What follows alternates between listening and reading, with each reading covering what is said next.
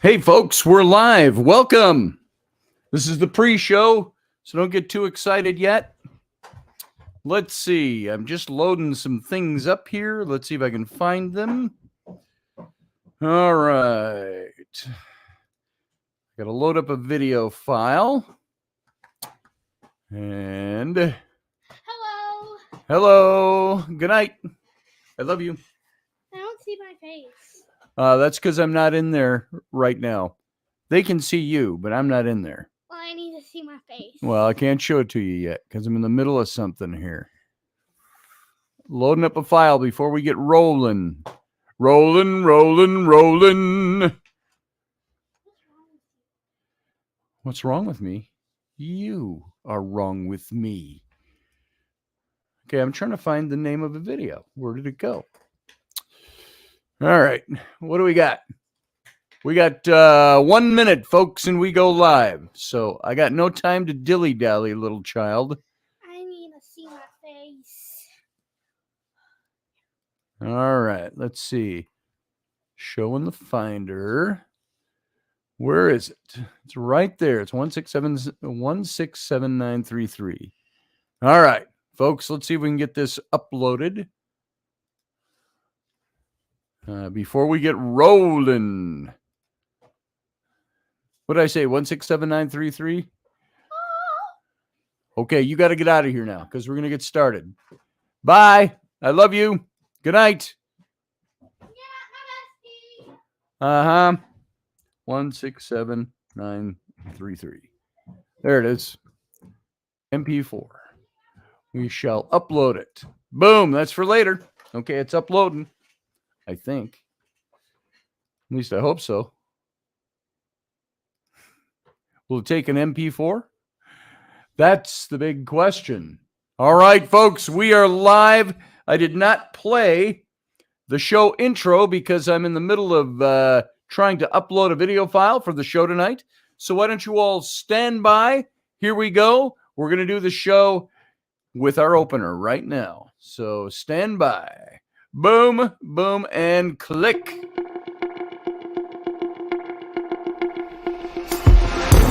The Intrepid radio program with Scotty Roberts. Intelligent talk.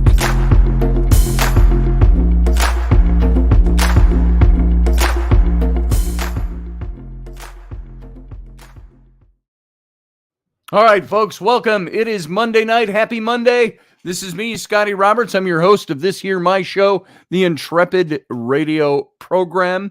Heard almost every night of the week right here. Thank you, Field Guy, by the way, 167933. What a memory that boy has. And so I'm not sure if it's going to upload, so I may have to share my screen when it comes to showing this video to you. And it's been a running day, except for the place where I fell asleep for 2 hours this afternoon. That's what I get for getting up at 4 a.m., drinking coffee all day. Then I fell asleep probably about 3 and woke up at 5. And I'm like, oh, man, and I still had stuff to do. So let's see if this will allow me to upload this file. And it's going to be it's in my downloads, and it's 167933. Isn't this scintillating radio, by the way? It's an MP4, so we'll have to see if it'll allow me to upload an MP4. It just goes blank. So I don't know. Your browser's having trouble sharing your video. This can happen if the file is invalid. Oh, it's an invalid file. So that's it. It's got to be an MP3, I believe. And so we'll just we'll share the screen. Let's start off with that. By the way, Intrepid Radio over on subspace.radio is where you can hear the audio version of this show as a radio show, as it all, as radios are. They're pretty much audio. We've gotten, so imagine what our kids are going to grow up with, by the way, because I grew up, radio was radio, video was video, audio was audio, visual was visual. And now our kids, video, they're watching video. Is there really video involved? There's no videotape on any of this stuff. So it's an interesting dilemma nowadays, if you want to call it that. And so I do have a video I want to show you. I was introducing the show still. You all know where you are. It's the Intrepid radio program, and you can watch it over on Facebook in its video simulcast.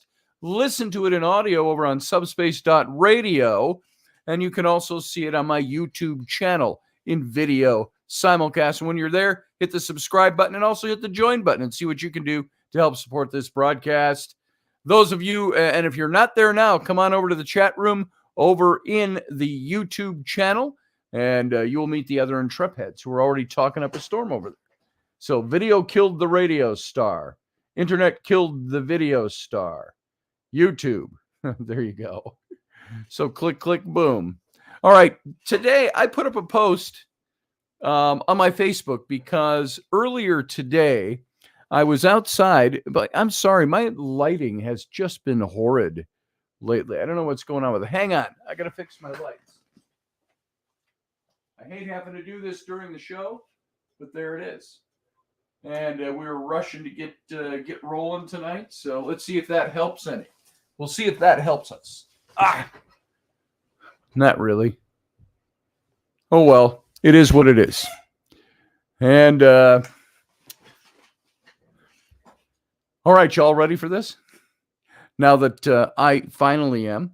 I was standing out on at the end of the garage this morning, and I was looking at my phone, and I heard clippity cloppity, clippity cloppity, clippity cloppity, and I thought, what is that? And I turn and I look, and a small herd of deer ran by. Now, as I was watching this, I yelled out, I went, "Oh, dear." And I laughed. And I said, I wish I had my camera because that was pretty cool. It was one of those moments that I didn't record it with my camera. I wasn't prepared for it. And it was just kind of neat. It was just deer running down my street. And, but then Rainey reminded me, hey, Curtis, good to see you in the chat room and everybody else who's there. I haven't said hi to anybody tonight. And so there I stood on the driveway and wished I'd had my camera. Rainey said, hey, why don't we just look back at the security camera footage, which is what we did. And I was trying to load that MP4 up, and it won't allow me to load it up.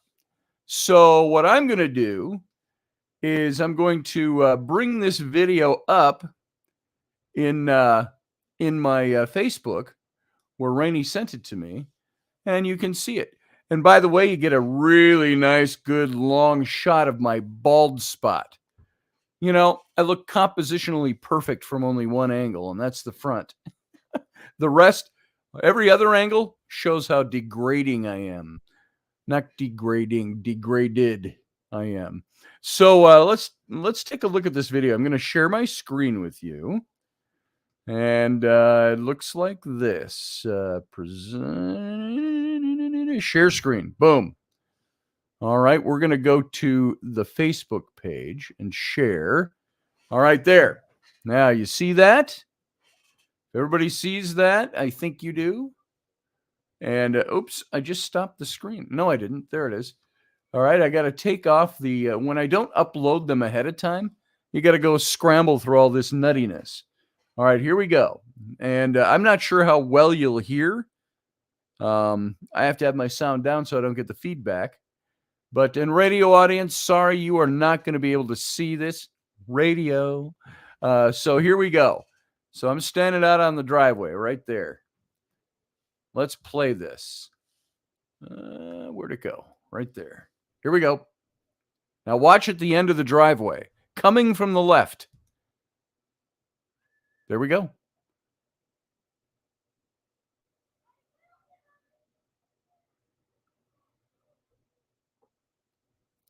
I thought that was pretty darn cool. Here, we'll play it again. This came off of our security camera, which is mounted above the garage. And we'll let it play one more time after this. Then we'll shut her down.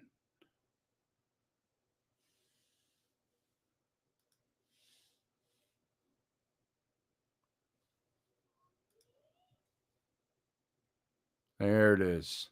Boom. All right, folks, that was it. That's all that was. I wanted to share that with you. I wanted to show it to you. I thought it was pretty darn cool. Yeah, it looked like a deer race. And so it's kind of, hey, Steph Cuervo Queen, good to see you. Let's get my banner back up here. Bada boom, right there. There it is. And so I thought that was kind of a neat experience. And what went through my mind, because I didn't have my camera with me or it was in my phone, I just wasn't prepared. I thought, oh, okay, that's one of those great moments that you live where they say, not everything has to be filmed, not everything has to be recorded. You experience the moment. And what actually rushed through my mind, if you haven't seen it, The Secret Life of Walter Mitty, the remake by Ben Stiller. Phenomenal movie. And he's looking through the movie for a photographer. And in Iceland he goes to. And then does he end up in the Himalayas or something like that? But this photographer's been waiting for weeks, played by Sean Penn, to take a picture of a snow tiger or something like that. And he's got his tripod all set up, the zoom, the telephoto lens, because it's on the next mountain peak over. And he's sitting there and he's got him in the lens and it's a perfect picture. And then without taking the picture, he sits back. And Ben Stiller asks him, aren't you going to take the picture? And I'm paraphrasing this. And he basically says, no. He says, I've seen it. That's all I need to experience. And so he never took the picture. If I played your video, you would see a doe that got hit Thursday night. And it took 2 police officers to decide, as it's laying in the road, to shoot it, to put it out of its misery. And you shouldn't have to think about that, Steph. They should have just done it. Man. So, yeah, it was a great reboot, Michelle Cannon-Free. That's for sure. Sean Stroik, tigers are cool. Frogs, however, are much more mysterious. Thank you for that, Sean. Hey, Elderberry, good to see you. Since we got a rough start this evening, it wasn't a rough start, just I wasn't in sync with everything tonight. We had to get going, so I ran overtime trying to load up a video. Didn't work. Go LSU. Oh, gotcha, field guy. So everybody that's here, welcome. If I didn't see you or didn't acknowledge you, it's not for any other reason than I just didn't yet. Sarah Youssef, welcome. If I didn't say welcome earlier. Sean Stroik, Steph Cuervo Queen, it's so good to see you. We haven't seen you in so long. Saw you the other day. I think it was Sunday. And so I'm so glad to have you back tonight. Uncle Dave is here. Uncle Dave Potter is here. And Curtis Slepica. I think that's how you say it. Slepica or Slepica? Slepica? Slepica? I don't even know because I've never heard it said. Curtis, welcome. I think I've seen you here once or twice before, if I'm not mistaken, but I could be mistaken. So, and Delaney Pearl Jones is here. I wish I had an echo for my voice for her. Delaney Pearl Jones.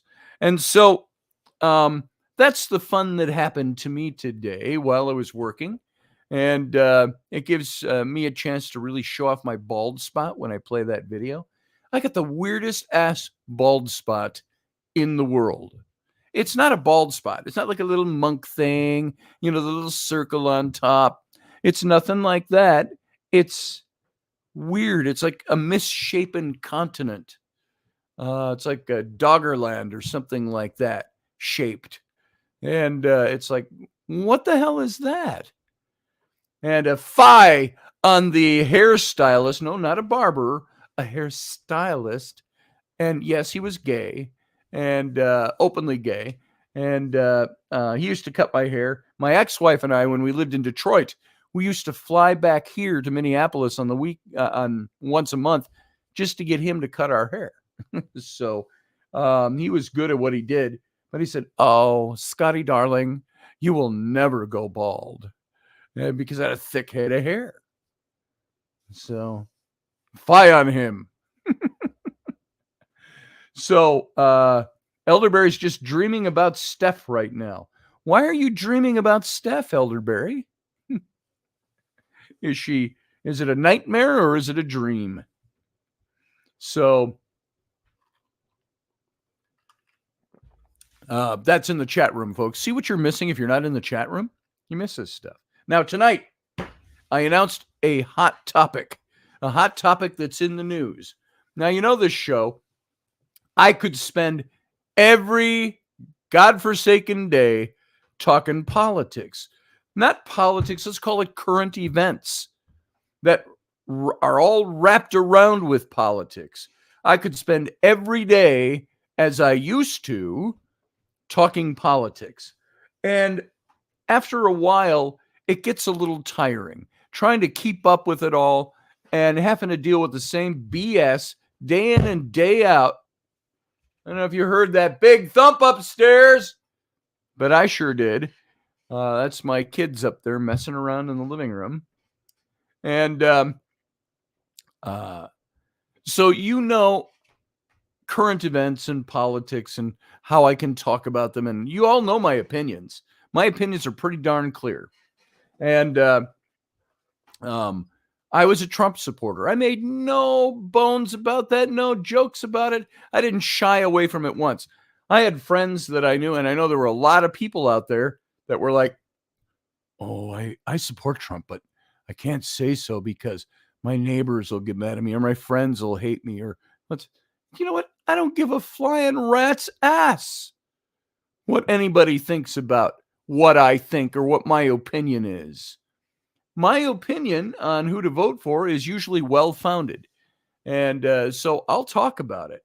And if somebody wants to hate on me because of what I believe or what I agree with or disagree with or what I opine about or don't opine about, well, that's not on me. That's on them if they want to make an issue of it.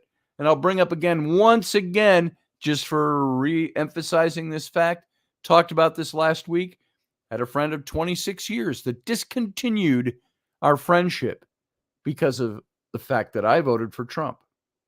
And it was dumb because he couldn't even say it to my face. He had to write me via email. And then I said, well, why don't you give me a call? Let's go get a cup of coffee. What's going on? No, I don't need to see your face again. And he brought up 20 other reasons, which were all bogus. And it kept coming back to my politics and who I stood for.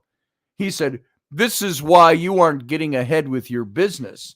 This is why you didn't get your television show. This is 4 years ago. This happened now.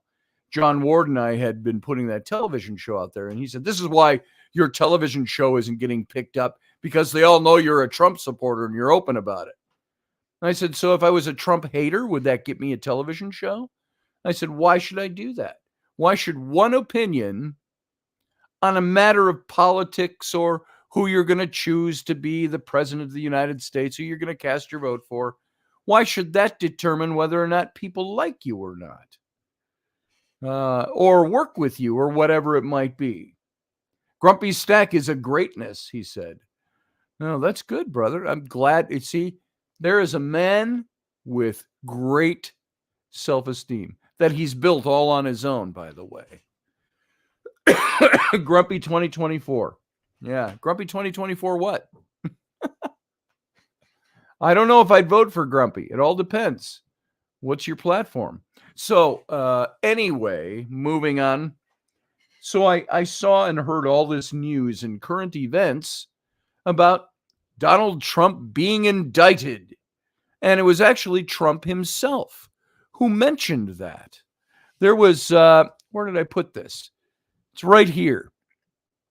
Trump says, and this is from the today, this little news bit came out. Trump says he expects to be arrested on Tuesday, that's tomorrow, and calls for protests.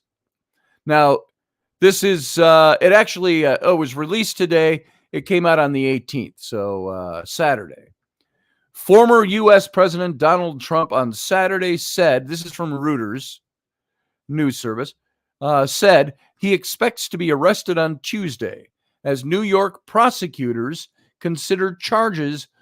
By the way, without looking it up, off the top of your head, if you don't know what Trump is being indicted on, What would you suppose they want to indict him over? What's this issue over? Is it, as some people said, inciting insurrection, all these other things, whatever it might be. And this in light of spending 5 years while he was campaigning and then in office, throwing everything they could at this guy. And then the subsequent 2 years since.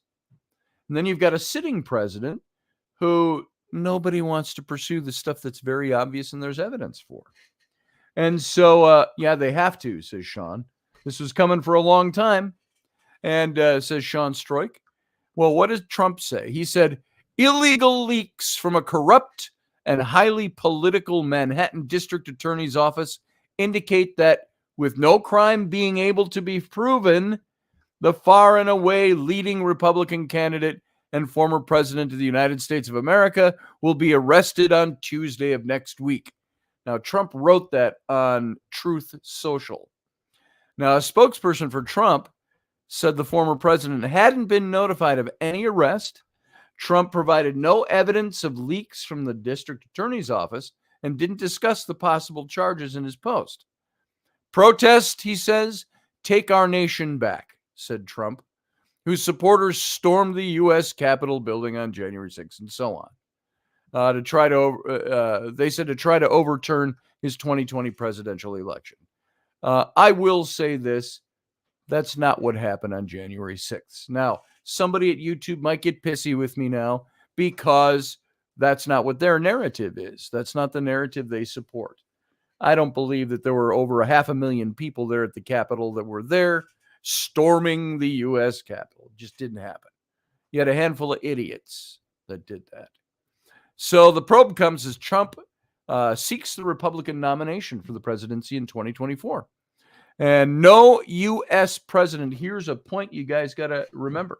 No U.S. president, while in office or afterward, has faced criminal charges of any kind.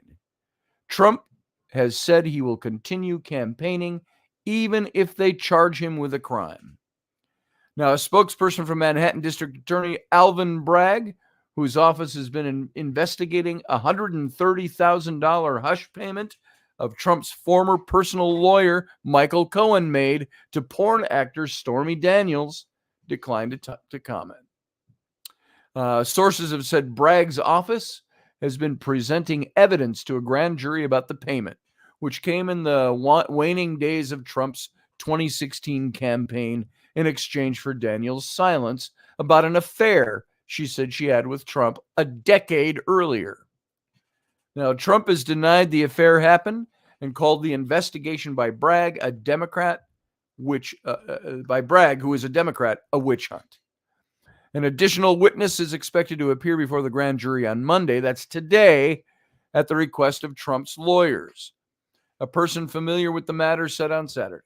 Now, Trump's statement that he expected to be arrested on Tuesday is based on news reports that Bragg's office is going to be meeting with the law enforcement to prepare for a possible indictment. And that's who this source said, and he was unnamed. And he spoke on the condition of anonymity. Now, the Republican Speaker of the House of Representatives, Kevin McCarthy, on Saturday decried the investigation. Here's what McCarthy said. He said, "Here we go again. An outrageous abuse of power by a radical DA who lets violent criminals walk as he pursues political vengeance against President Trump." Now, you tell me out there, folks, everybody listening to me, you tell me that's not the truth of the matter. Hey, Barbie D, good to see you. She just said hi. Steph Cuervo Queen said, what about Edwards? He cheated on his wife while she had cancer. Fathered a child and paid them $900,000. You're right, Steph. So, you just watched the released video. What about Clinton for the Paula Jones affair? Clinton on a lot of different fronts. It all depends on who the media decides and who the powers that be that are in politics. It all depends on what they want to do and who they want to pursue. Not truth, justice, and the American way. It's all about what they choose to do and what their politics are driving them to do. Now, McCarthy's predecessor as Speaker, Democrat or Representative Nancy Pelosi, who, like McCarthy, was present at the Capitol when hundreds of Trump supporters stormed the building. Now, by the way, YouTube, this is Reuters saying this. I'm just reading a news article out there from a major news source. When hundreds of Trump supporters stormed the building, battling with police, denounced Trump's call. And the former president, she said, the former president's announcement this morning is reckless, doing so to keep himself in the news and to foment unrest about his supporters, Pelosi said in a statement. He cannot hide from his violations of the law, disrespect for our elections, and incitements to violence. Is that what that was about? No. Where's Pelosi on everything else of an accusatory nature that's out there? Joe Biden, his son, corruption, money laundering, blah, blah, blah, blah, criminal. Where's her statements on that? Just curious. Now, Trump's former vice president, Mike Pence, told ABC News that Trump's possible indictment, quote, just feels like a politically charged prosecution here, end quote. Asked about Trump's call for people to protest if he's indicted, Pence said he thinks protesters will understand they need to do so peacefully and in a lawful manner. Now, Bragg's office earlier this month invited Trump to testify before the grand jury, probing the payment that he made to Michael Cohen, who paid Stormy Daniels off, which legal experts says was a sign that an indictment was close. Trump declined the offer. A person familiar with the matter said. Bragg addressed in an email addressed in an email to staff on Saturday, reported by Politico and confirmed by Reuters, that we do not tolerate attempts to intimidate our office or threaten the rule of law in New York. We will continue to apply the law evenly and fairly and speak publicly only when appropriate. See, now pull this leg and it'll play Jingle Bells. So Bragg's email didn't mention Trump by name, but cited, quote, ongoing press attention and public comments surrounding an ongoing investigation, end quote. And Cohen pleaded guilty. Michael Cohen, remember that? Trump's fixer, cleaner-upper lawyer? Cohen pleaded guilty in 2018 to federal campaign finance violations tied to his arranging payments to Daniels and another woman in exchange for their silence about affairs they said they'd had with Trump years earlier, among other crimes, unnamed here. And by the way, when you read articles like this, decipher them for phrases, dissect the way things are said, and you will clearly see the bias of the organization that's putting the story out and other crimes. Amongst other things that were said here. He said that Trump directed him to make payments, Michael Cohen. And the U.S. Attorney's Office in Manhattan didn't charge Trump with a crime. So the probe is one of several legal woes Trump faces as he seeks the Republican nomination for the presidency. See, now, I look at a statement like that. It's one of several legal woes that Trump faces. I don't think he's got legal woes. I don't think... it's the way it's worded. You know, if you're being totally objective on this, the probe is one of several attempts to, how would you say it? To charge Trump, not charge Trump, but to, maybe that's not as center of the road as I think, because I would say it's one of several attempts that's being made to try to hang something around Trump's neck. So they won't be satisfied till they have the scarlet A sewn onto all his suits. So the probe is one of several legal woes, it says. Trump is also confronting a state-level criminal probe in Georgia over efforts to overturn the 2020 results in that state. It's because of the phone call he said where he said, I want you to find me 11,000 votes. Was he, my opinion, when I hear that, I might say... look, I need 11,000 votes to win this state. find me those 11,000 votes, not go do something illegal and change. It's all the way. And I don't understand how the rest of the country and the people saying these things don't see how stupid that is. They twist it to use for political purposes. And that's what this DA's office thing is about. It's political manipulation. Now, Bragg's last year won the conviction of a Trump organization on tax fraud charges. But Bragg declined to charge Trump himself with financial crimes related to his business practices, prompting 2 prosecutors who worked on the probe to resign. Now, Trump, who was in Tulsa, Oklahoma on Saturday, attended the NCAA wrestling championships, leads his early rivals for his party's nomination. He had the support of 43% of Republicans in a February Reuters Ipsos poll, and compared with 31% for his nearest rival, Florida Governor Ron DeSantis, who has not yet even announced that he's going to run. But as I heard some pundits put it, Ron DeSantis in recent months, getting tan, he's slimming down, he's getting in shape. He says that alone tells me he's going to run for president. So Trump in 2018 initially disputed knowing anything about the payment to Daniels. He later acknowledged reimbursing Cohen for the payment, which he called a simple private transaction. Cohen, who served time in prison after pleading guilty, testified before the grand jury this week. Grand jury proceedings are not public.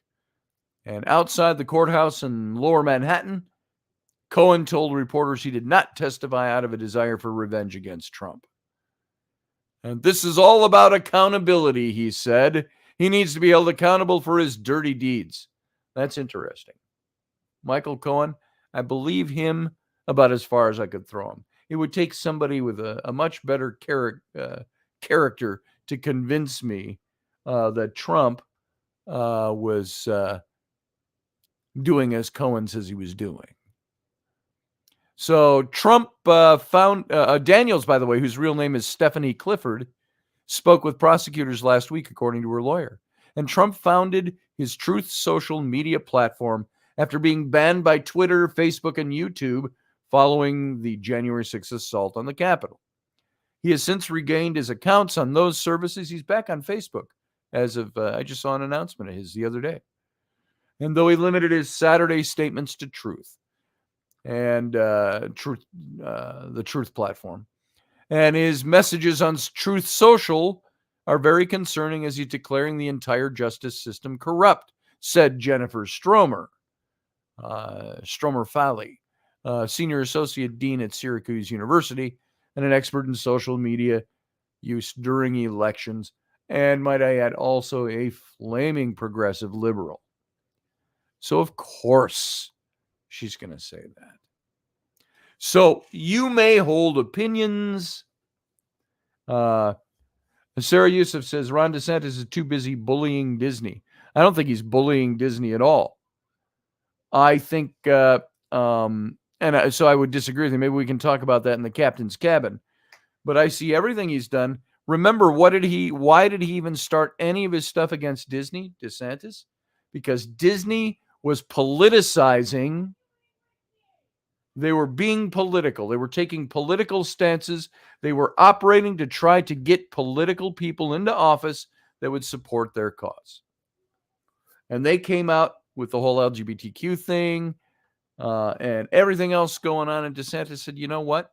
If you're going to take a political stance, that's like it's not the same thing, but it's like a church. Churches enjoy tax-free status unless they become political entities. Once they start politicizing, if your church starts telling you who to vote for and that Jesus wants you to vote for this guy, when you do that, you're risking your tax-free status.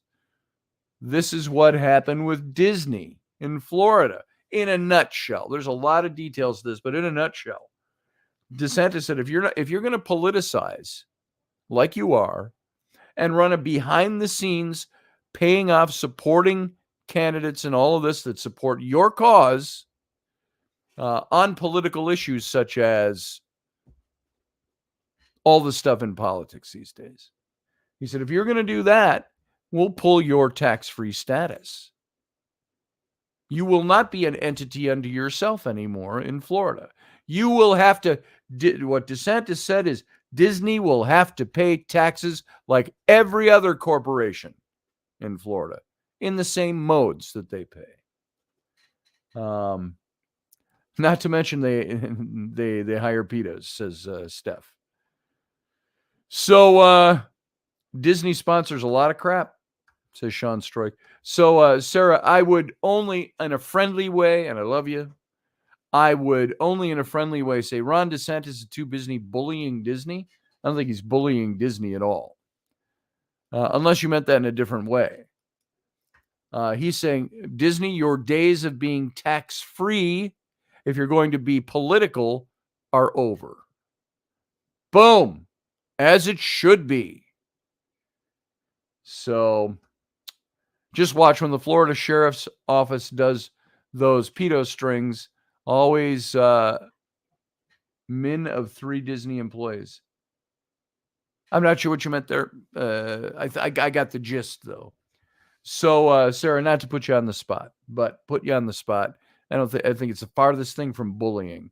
It's about as common sense as you can be when it comes to the way government is supposed to work. That's the way I see it. Not just because I agree with DeSantis. And I would say there are probably plenty of things that somebody I don't agree with politically does that are common sense, but I usually don't agree with people that don't operate under lack of common sense. So anyway, let's move on with this but wait, there's more. So what I wanted to do with this is I've got an article by Forbes up in front of me here. And if Trump is arrested, they say, yes, he'll probably get a mugshot. I think they're being a little flippant here, but here's what will happen if Trump is arrested. They said former President Donald Trump might be indicted as soon as this week in Manhattan on charges stemming from the alleged hush money payments to adult film actress Stormy Daniels, an unprecedented event for a former president that would lead to him being arraigned in court. By the way, not having an affair with a porn star when he was a television personality over 10 years ago, that's not what's strange. What's strange is a president being indicted for that. Not for the affair, but for paying hush money. So, an unprecedented event for a former president that would lead to him being arraigned in court, but not held in custody or being forced to end his presidential campaign. So here's the key facts. When will Trump be indicted? That's still very unclear, folks.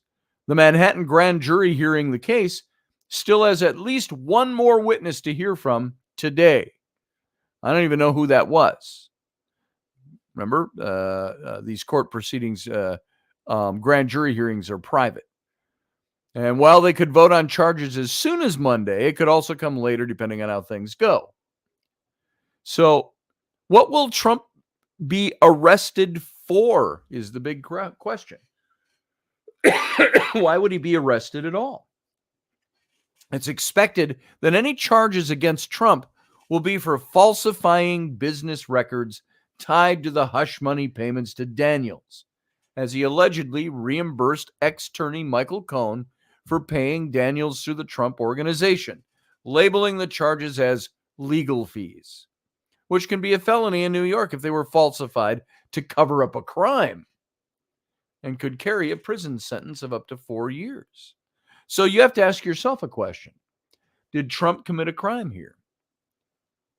Did he falsify reports? The way I understood the story when it came out was that Michael Cohen, his cleaner-upper, went ahead and made these payments and then went to Trump and said, I've put out X number of dollars for Stormy Daniels. Trump had to reimburse him. And in his business, it's legal fees. So, did he have to write down, these legal fees were for covering up the affair I had 10 years ago during a presidential campaign. Louis Boyce says Trump's former snake in the grass lawyer, Cohen, had former Congress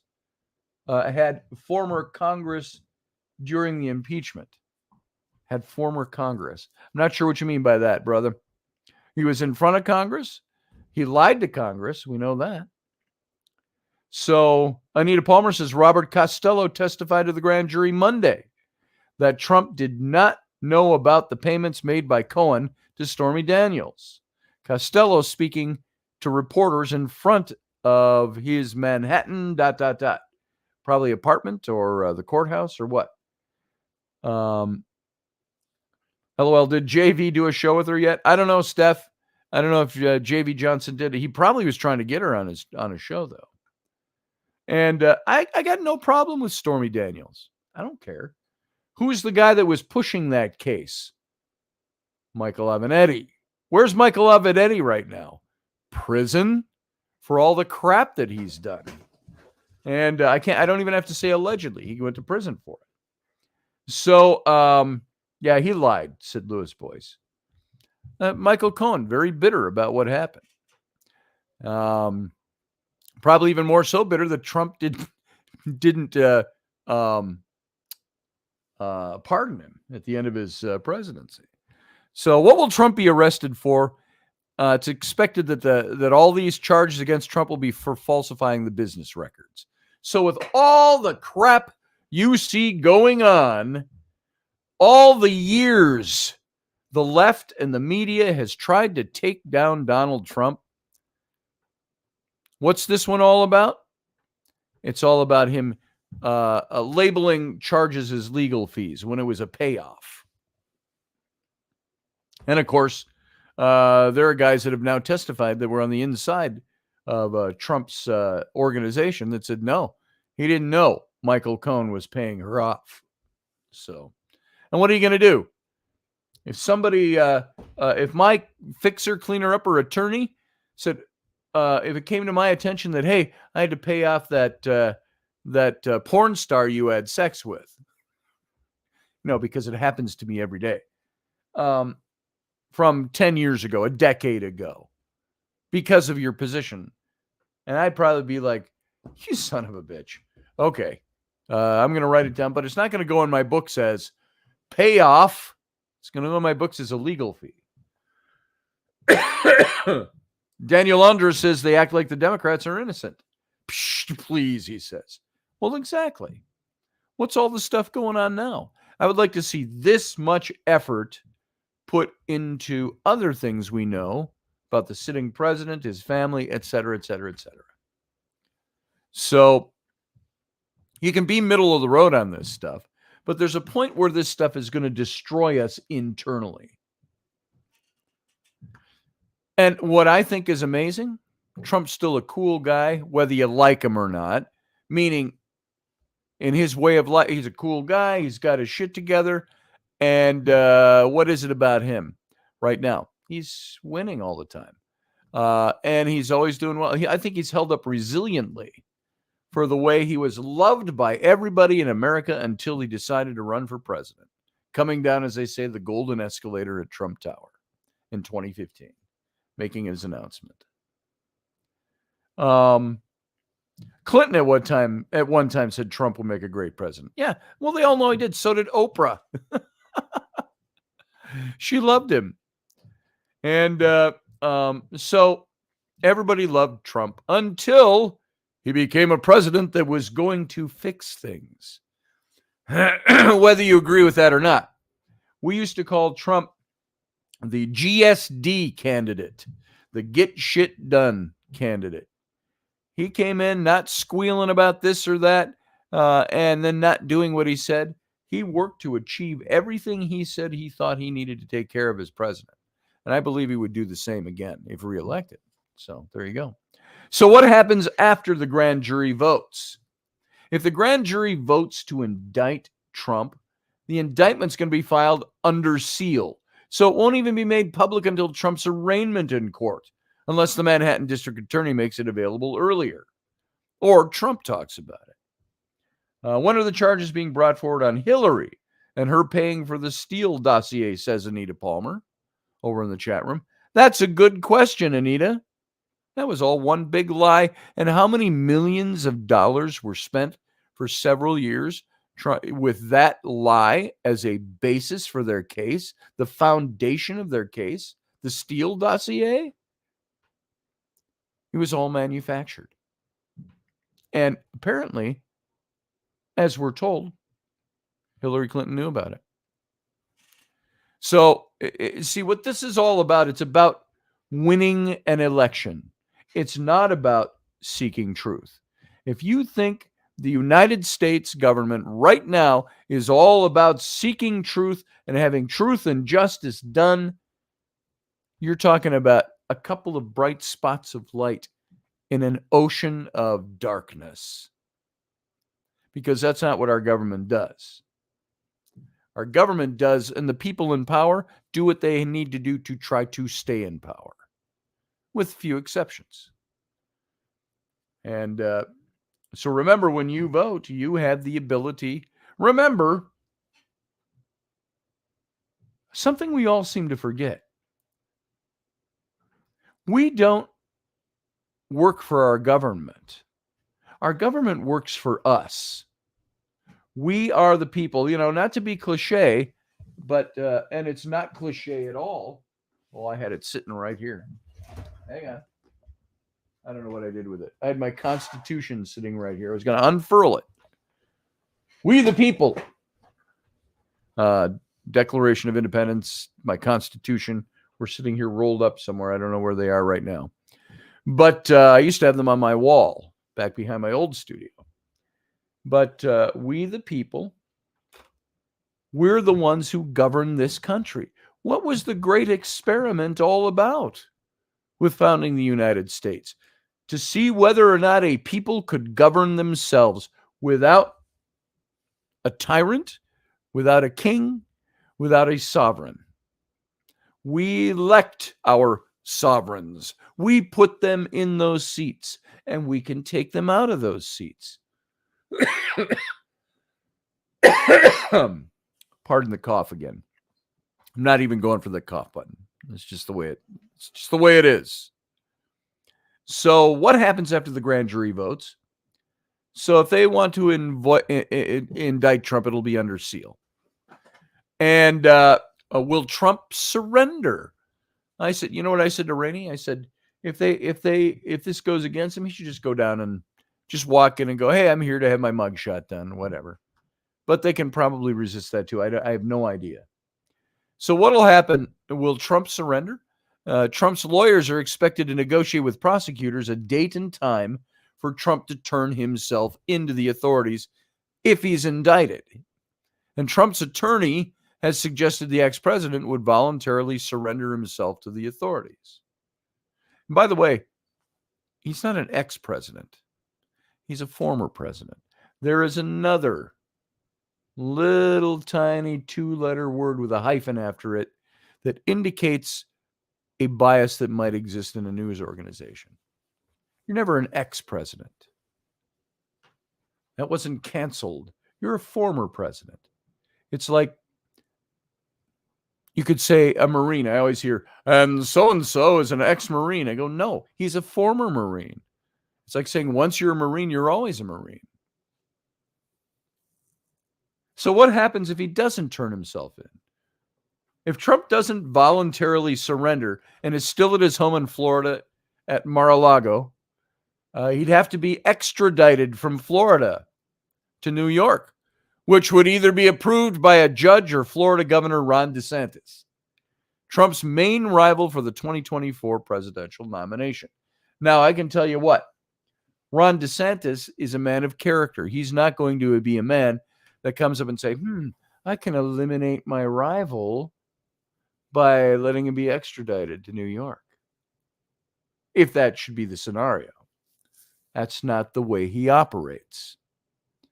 However, right now, I believe the left that is in power are doing everything they can to try to knock a potential winning opponent out of the field. And so they're all for this. Could DeSantis block Trump from being arrested? Experts cited by Insider note that while DeSantis could possibly delay Trump's extradition, his approval is really an administrative formality, and he wouldn't be able to totally stop the former president from being charged. So what happens once Trump's taken into custody? Now, he'd most likely be booked at the Manhattan DA's office, where he'll have his fingerprints and mugshot taken, and have his DNA and other information taken before he's formally arraigned and appears in court to plead guilty. Like his fingerprints and mugshots don't already exist out there. You'd think nowadays you could just take a picture of Trump and put it in. Got to take a new mugshot with his numbers down below. Do you know how much political hay? Do you know how much the left wants to see that happen? Hey, Claudette. Good to see you. Thanks for coming in. And will that definitely happen? And it's not necessarily so. Trump advisors have discussed the possibility of negotiating with prosecutors if Trump is indicted to have Trump appear virtually for his arraignment from Mar-a-Lago, The Guardian reports. Though the former president is repeatedly, they used former president right there. That's because they're quoting somebody else. Though the former president has repeatedly expressed interest in appearing in person. Now, will Trump be handcuffed? It's not likely that Trump will do the traditional perp walk before he's arraigned in handcuffs. Experts cited by insiders speculated. Do you know how many people would love to see Trump handcuffed and do the perp walk? That shows you what kind of losers there are out there that don't understand a damn thing about how things are supposed to really work. They don't even know why they hate somebody. They hate somebody because of what they were told to hate, led to believe with the ring in their nose. So experts cited by Insider speculated, given the optics of handcuffing a former president, which could play into Trump's claims that Manhattan D.A. Alvin Bragg is politically biased against him and political security concerns. Yeah. And is that a picture we want to show the world? Especially over not genocide, not money laundering and influence peddling, or something of that sort. It's all about the question of whether or not he paid off a porn star he had an affair with 10 years earlier. So will Trump be held in custody? Trump is almost certain to be immediately released once he's arraigned, particularly under new bail rules in New York that allow people who are indicted on misdemeanor charges or nonviolent felonies to be released on their own recognizance without bail, unless they're deemed to be a flight risk. Now, I think this is a misdemeanor until you look at the dollar amount. That's what changes it. Everything's money. So when could Trump be convicted? The Manhattan criminal cases typically take more than a year to go to trial. Experts cited by Reuters note, so Trump's trial likely wouldn't be for a while, possibly until the 2024 election season is well underway, or even after the election takes place, which Reuters note would be uncharted legal territory if Trump were tried on state charges as president or president-elect. So will the indictment affect Trump's 2024 run? Being indicted or even convicted wouldn't stop Trump from becoming president on its own. Legal experts have already gone over this. There are no restrictions in the Constitution that bar people from becoming president if they've been indicted for something. Though if Trump becomes a convicted felon, he could face restrictions on being able to vote for himself. That's his restriction right there.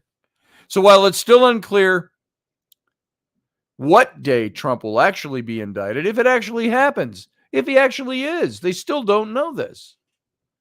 The ex-president, the former president, has said on social media, without evidence he'll be arrested on Tuesday, and called for protests. So the law enforcement agencies have reportedly already been preparing for protests in the event of Trump's arrest as soon as this week, and it's possible protests could still move forward on Tuesday even if Trump isn't arrested, given his call for them to take place. And some organizers of the January 6th riots, the portion of the protest, the peaceful protest that was the riots, have said they plan to stand down this time around. They're not gonna go in again. They've been sufficiently silenced by the political party that opposes them. So we'll talk about people's comments when we go into the captain's cabin, which will be in just a couple of minutes. We're almost ready to wrap this up. What we don't know, Trump will be the first former president in U.S. history to be criminally charged. So there's still a lot of uncertainty about how the process is going to play out and how charges against him could be handled differently from a typical criminal prosecution. Also remains to be seen whether the Manhattan charges will be just the first in a series of charges Trump might face. Now, that's total speculation on the part of Forbes. So we don't know that. The Manhattan DA's office has been investigating Trump and the Trump Organization's finances since 2019. Remember all the hullabaloo about Trump's taxes? He didn't release them the whole time that he was president. Finally released them after the fact. Not a damn thing wrong. He did everything right. How about that? He paid his taxes. All right, folks, we got to get out of here for the radio audience. Thanks for being here. Thanks for listening. Thanks for giving me your time. Stick around for the Captain's Cabin on the YouTube channel. Radio audience, live long and prosper. Join us every weeknight at 9 p.m. Central Standard Time, 10 p.m. Eastern. The Intrepid radio program, a Scotty Roberts Productions broadcast.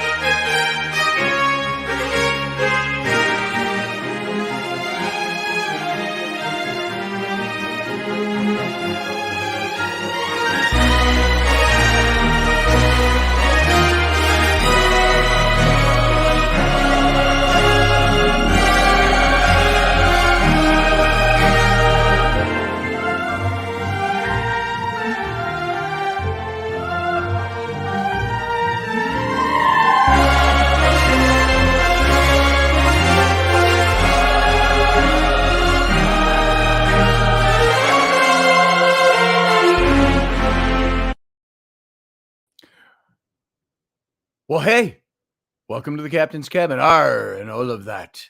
Welcome to the captain's cabin. It's just our little post show that we do every now and then. Well, no, every night. And just sometimes every now and then it's long and mostly it's short. Lately, anyway. Thank you, Gina. I appreciate that. She said, this is so cool. And I'm going to put your post up. Gina Modler says, wow, this is so cool. Thank you, ma'am. I appreciate that. And so this is our after show. We are now off air over at the radio station. And by being off air, we're not broadcasting to Subspace Radio right now. My lights are really silly these days. Something got really moved around. And when Sam was here, it's not Sam's fault. We were just moving stuff around and we were drunk. So there you go. And I got all these studio lights. If you didn't see it the other day, Uncle Dave gave me all these studio lights. See these? These old studio lights that will hang from my my rafters up above. And I got a bunch of these over here, and they've got, the barn doors that go on them. So I can put colored gels in them. I can do shadowy things and all of that stuff.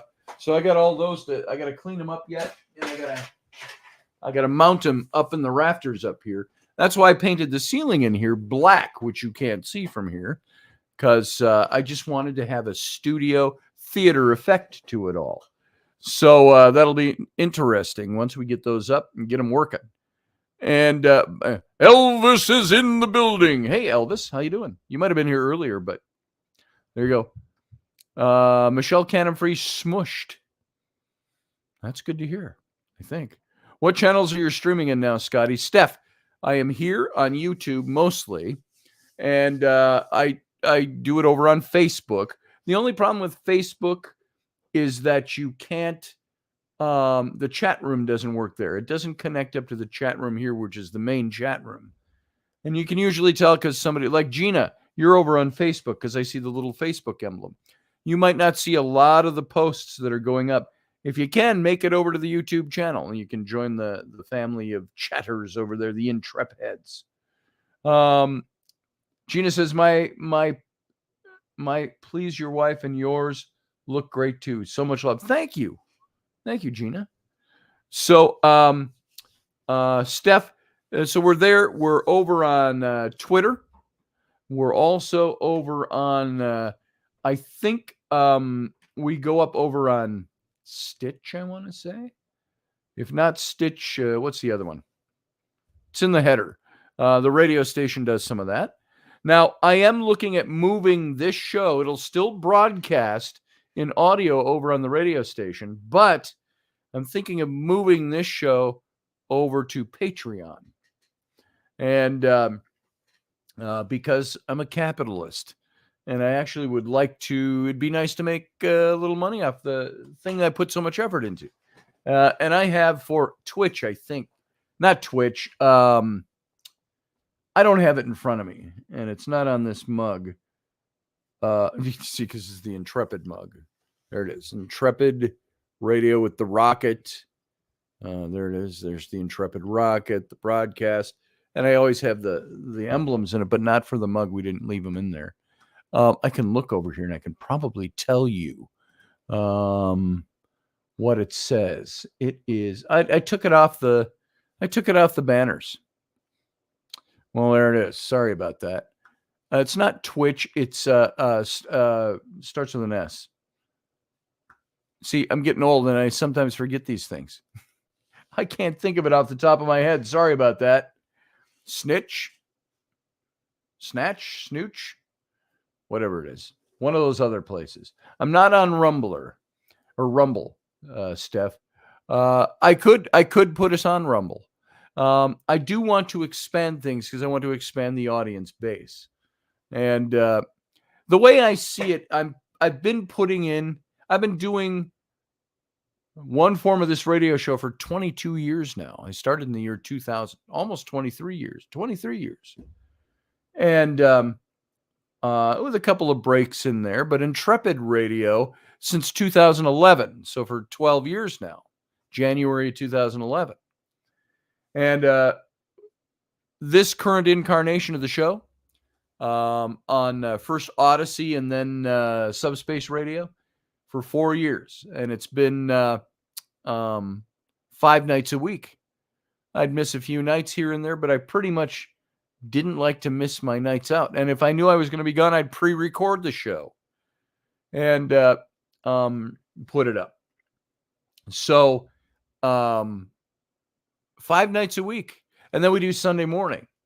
So when you add it all up, when we added the Captain's Cabin as the post show, that's 12 hours of radio a week, 2 hours a day, plus prep time, and all the marketing and advertising, blah, blah, blah, blah, blah. So it becomes a full-time job.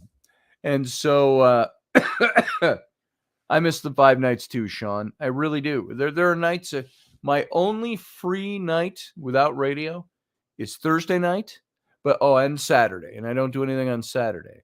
And there's sometimes I'm sitting around here on Thursday night, and I'm like, oh, I should do like an impromptu show. And Randy's like, no, you don't have to do that, really. So I would love to do this every day of the week. I could do it. Well, I'd need a weekend break, Saturday and Sunday. But that's your job. You can't just leave your job and go, oh, I'm not going to go to my job today. So if this were my job and I had to be on radio every night, I'd do it. I've done it already. So I love it. I'd like to put this show in a platform that is going to help monetize it better. Because as I've said, and I don't want to turn this into money talk again. We've done that a couple of times. I want to do this show in a format that is saleable, where you have to have an audience of over 200,000 for advertising agencies to look at you for advertising, where you can start drawing advertising budgets. We don't have 200,000 listeners. The last I had heard when we were with Odyssey, we were doing about 5,000 or 6,000 listeners per night. That's not bad. But if we put it over on a place like Patreon or something like that, it's a platform where I can monetize it better, where I'm not going to be as censored for what I say. I just went through a big thing with YouTube last week. Now, this will show you, again, politics and narrative. But they could only partially monetize some of my shows because they couldn't do ad dollars on my show because on certain shows, and they pulled the plug on them. And because I mentioned something about January 6th, or I mentioned something about elections, or I mentioned, and it's like, you can't have a free and open platform by a company that enjoyed all the rights, their constitutional rights to found this company and to spend 15 years, or at least the initial 5, 6, 7 years, pushing these social media sites to get you to join them. And then they change all the rules because they're politics. Oh, we don't like the politics. And so that becomes a problem. And I protested a couple of them. They were very kind and polite. So was I. I was very professional and polite. And they emailed me and they looked at it all. And they actually remonetized some shows I didn't realize they'd pulled the plug on because they went and reviewed them, which I thought was pretty cool. Hey, NB. Good to see you. Oh, that's Gina. Okay. NB is Gina. Okay. Hey, Gina. NB. Good to see you. NB. That's great corporate name. Corporate mogul NB. Smoking cigars, taking names. Steph, you caught that, huh? Laughing my ass off, she says. Caught that. I thought of you when I said that. I thought, I wonder if she'll catch that. Just because you know how to joke that way. So, hand pink waving, says NB. It means no body. Oh, no body. You got no body, just a head? Talking head. So, cheers, by the way. Even though this is sitting here from, it's a wounded soldier, or a dead soldier, from Friday night with Sam. Nothing in it. That's not what I'm drinking. It's Mountain Dew. Diet Mountain Dew. Not because I'm on a diet, but because I have to do sugar-free because of my diabetes. Field Guy. They should be able to. Why not? Give it a shot, man. Get your Patreon up. Now, of course, you have to put it out there. You have to market it so people know it's there. One of the shows that I like to watch, it's on Patreon, a ghost hunting show, paranormal investigation, you could say, is, and I've mentioned them before, Mindseed. Mindseed. Mindseed TV. Go look them up. They do some really cool stuff. Paranormal investigating. Now, they started this 5-6 years ago, but they went on Patreon in the last year and a half or something. And they've now, through Patreon, and they charge for some of their episodes.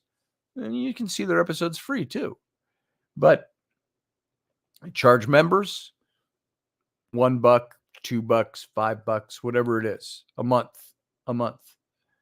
And so less than the cost of coffee, which, by the way, I may interject something here. I took my kid to McDonald's the other day, which I just don't do anymore. Flynn got a Big Mac. I got a quarter pounder with cheese. Meals, fries, and a drink. $22. So I can no longer say for less than it costs somebody to buy a Big Mac, you can get a membership. Well, it still is less, by the way. That's a way to advertise it. You'd say less than the cost of a Big Mac Happy Meal every month, one a month, you can support this show, kind of thing. But that's what Mindseed does. And you know what they were able to do? They were able to buy new equipment, buy new cameras, buy new sound equipment, new recording equipment, new studio editing equipment, lights, all of that stuff, computers. And I would love to do that. All I use right now is my built-in camera right there. And it's old. Computer's not super old, but in buying a computer terms, it's an older computer. It's a big, 32-inch? It's a 32-inch monitor.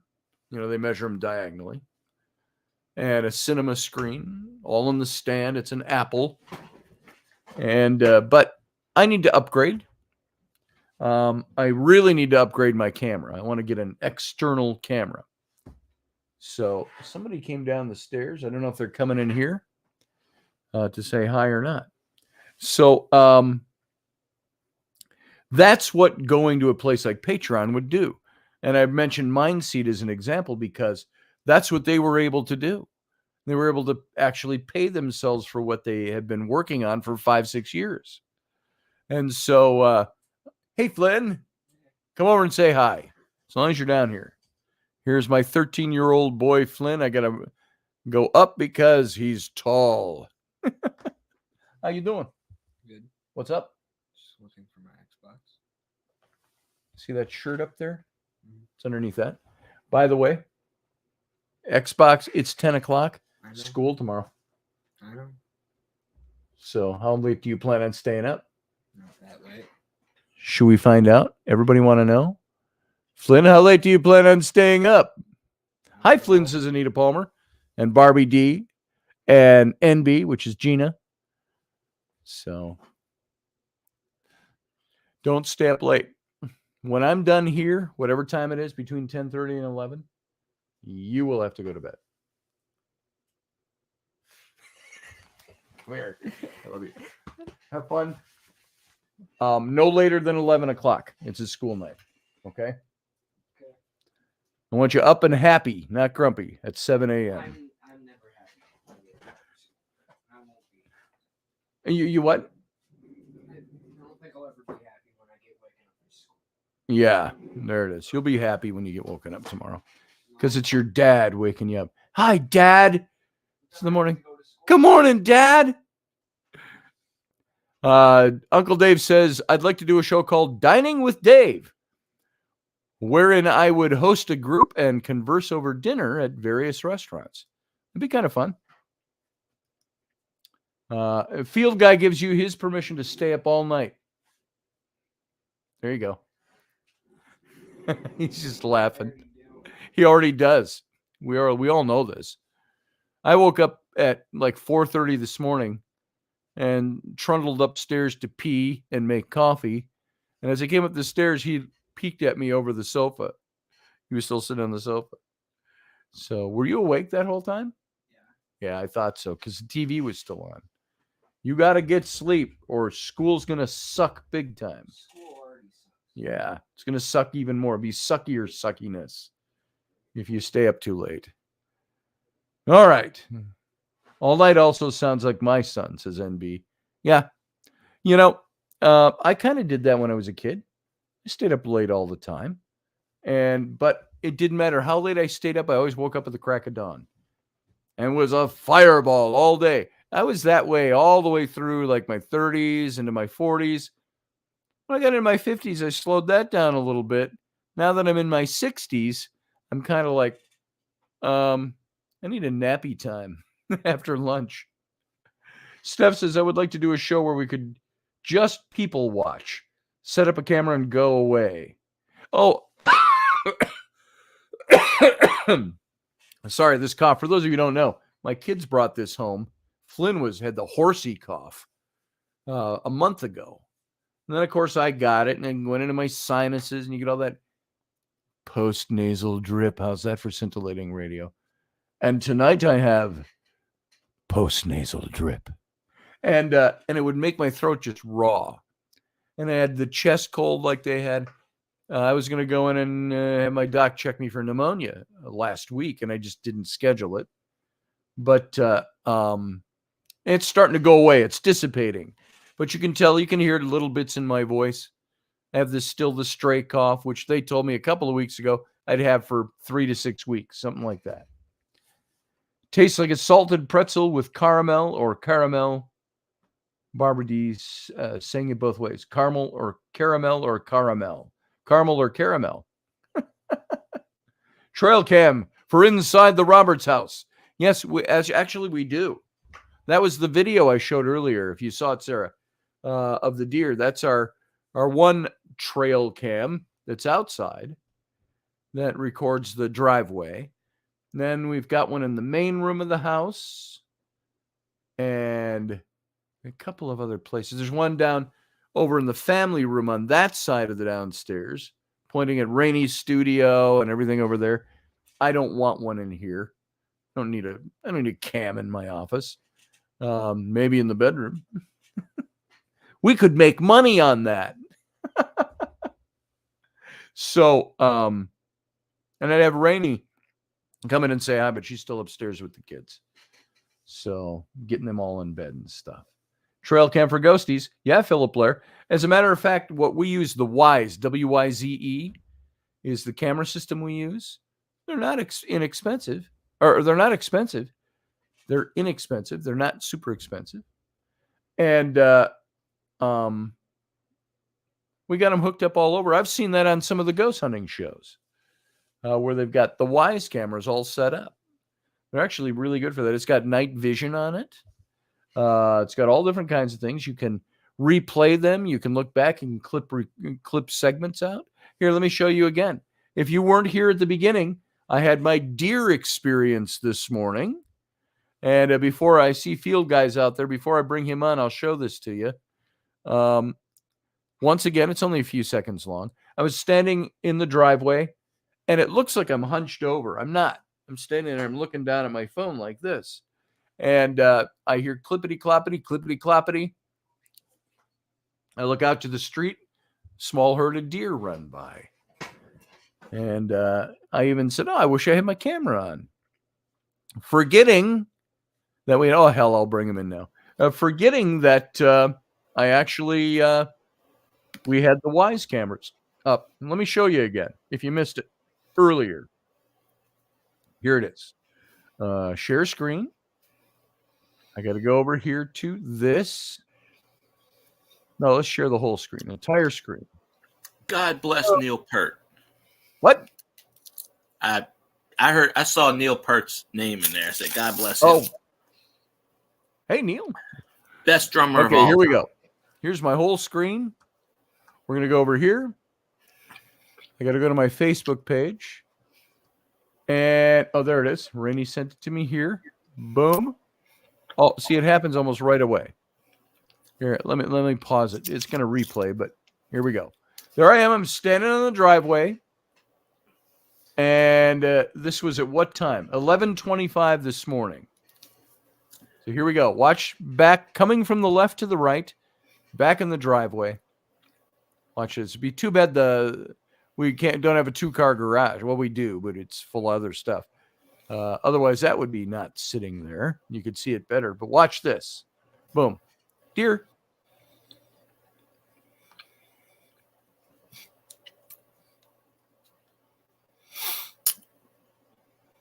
Oh, I said something in there. Oh, the sound's not up. I exclaimed. Here we go. It'll play again. Oh, There go dear. them reindeer down the street. I went, oh, dear. And then I laughed. Then I said, I wish I had my camera on. And I wasn't thinking, hey, it's being picked up by the security camera. There they go.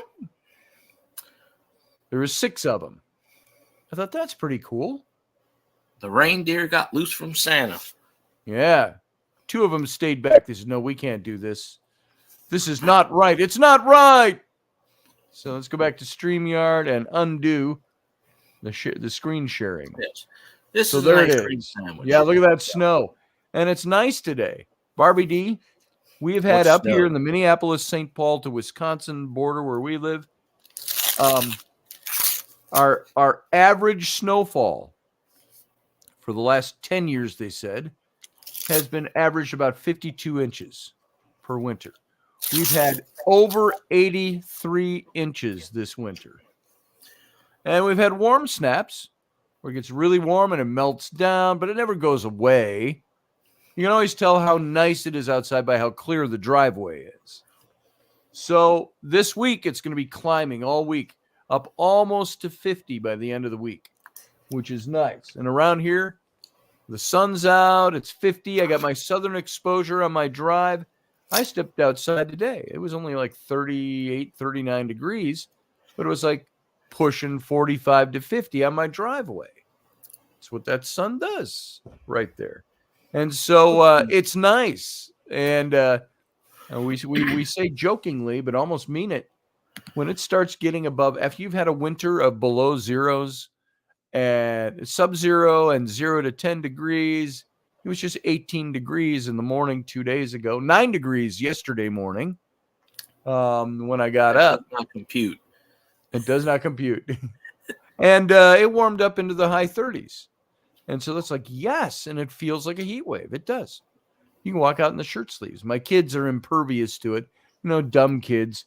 You go drive by the school, all the middle schoolers, they all think it's really cool. The guys think it's badass to be walking outside without a coat on when it's 18 degrees outside.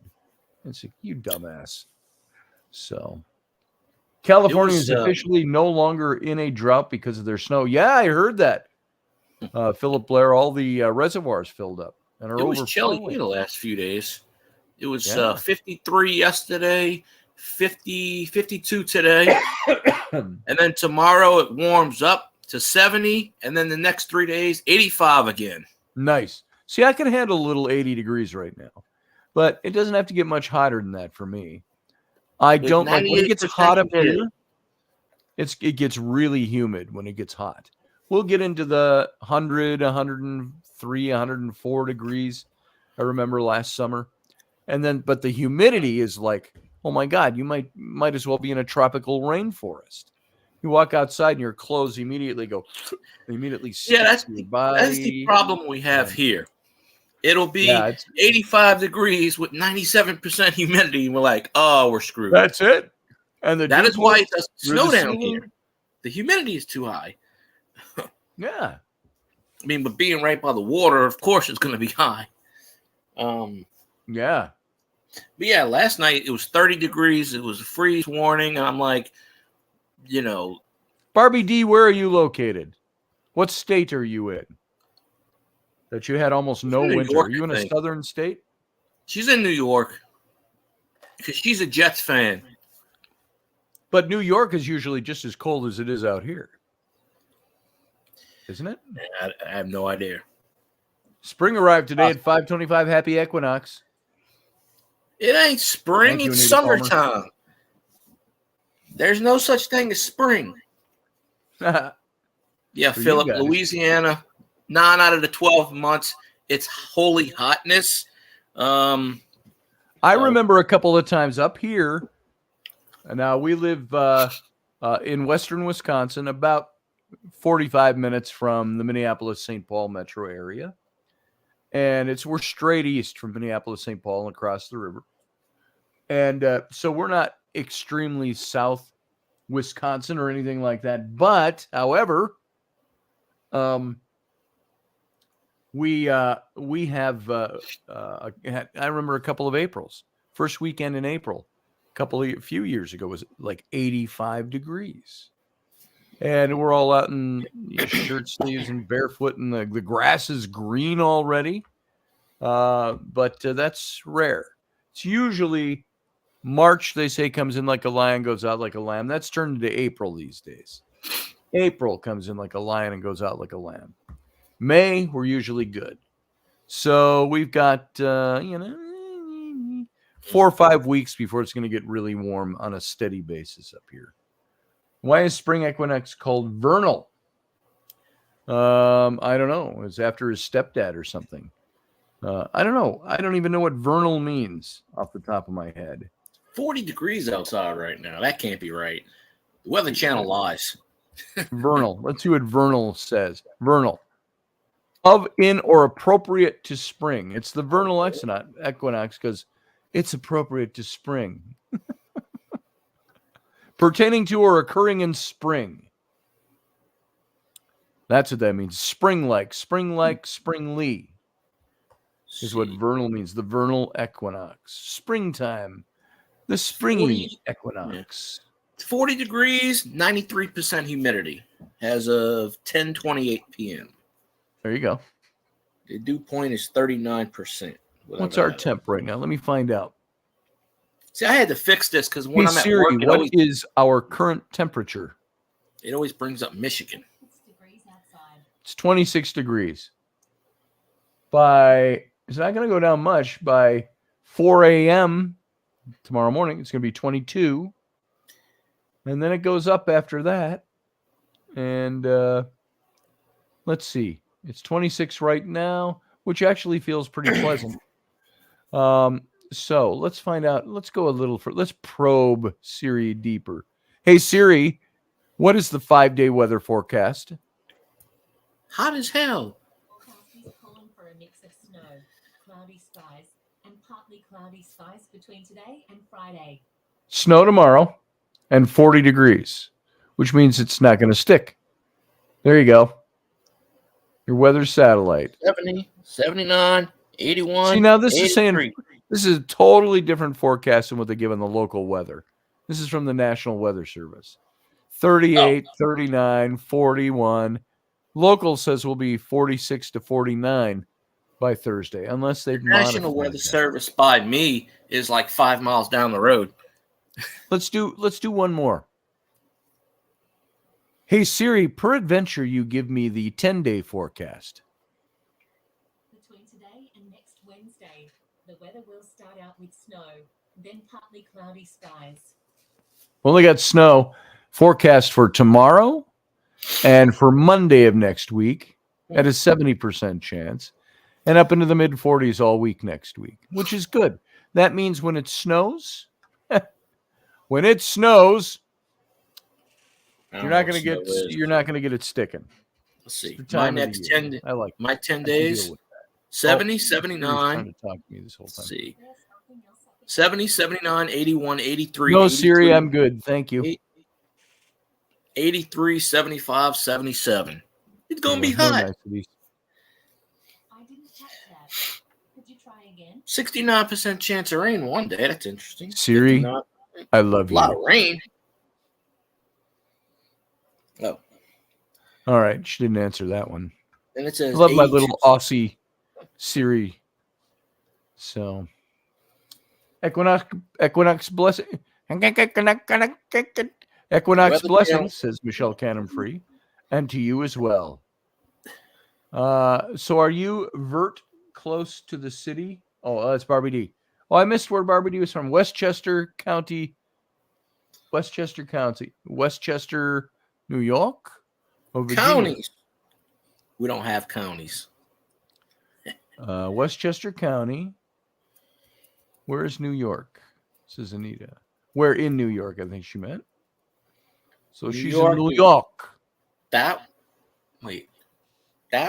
Upwards? I don't know what the hell New I York don't is. We're down. We're as down as you can get. Yeah, you are. You're about as far down south as you can get in the United States, other than the southern tip of Texas. So, Well, no, I mean, well, we're not near Grand Isle. Grand Isle's like 2 hours south. But yes, Philip, my Siri lady is an Aussie. So, and come on, Siri has to be a little more interactive than she is. She's pretty good, but you'd think she could dig into you a little bit more, know more about stuff, be more I want a conversational Siri.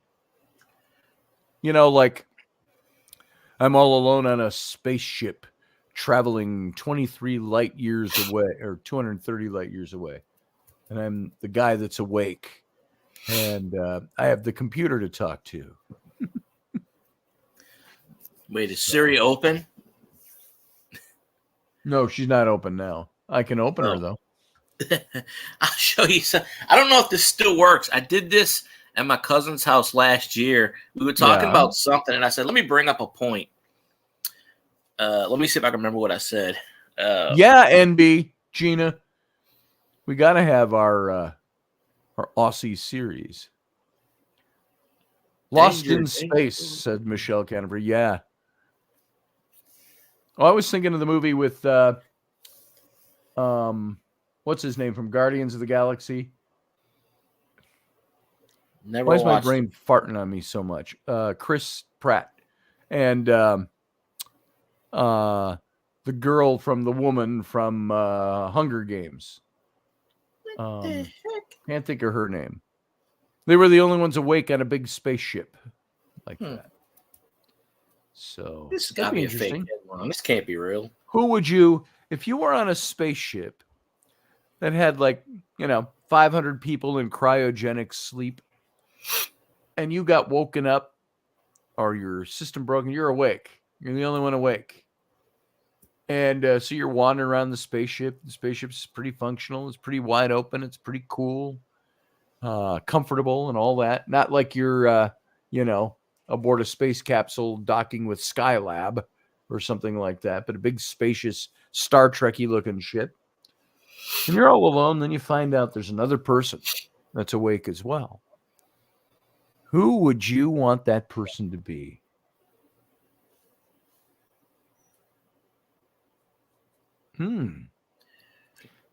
If I had to be awake for the next 10 years, all by myself, and there's one other person I could be with, who would that be?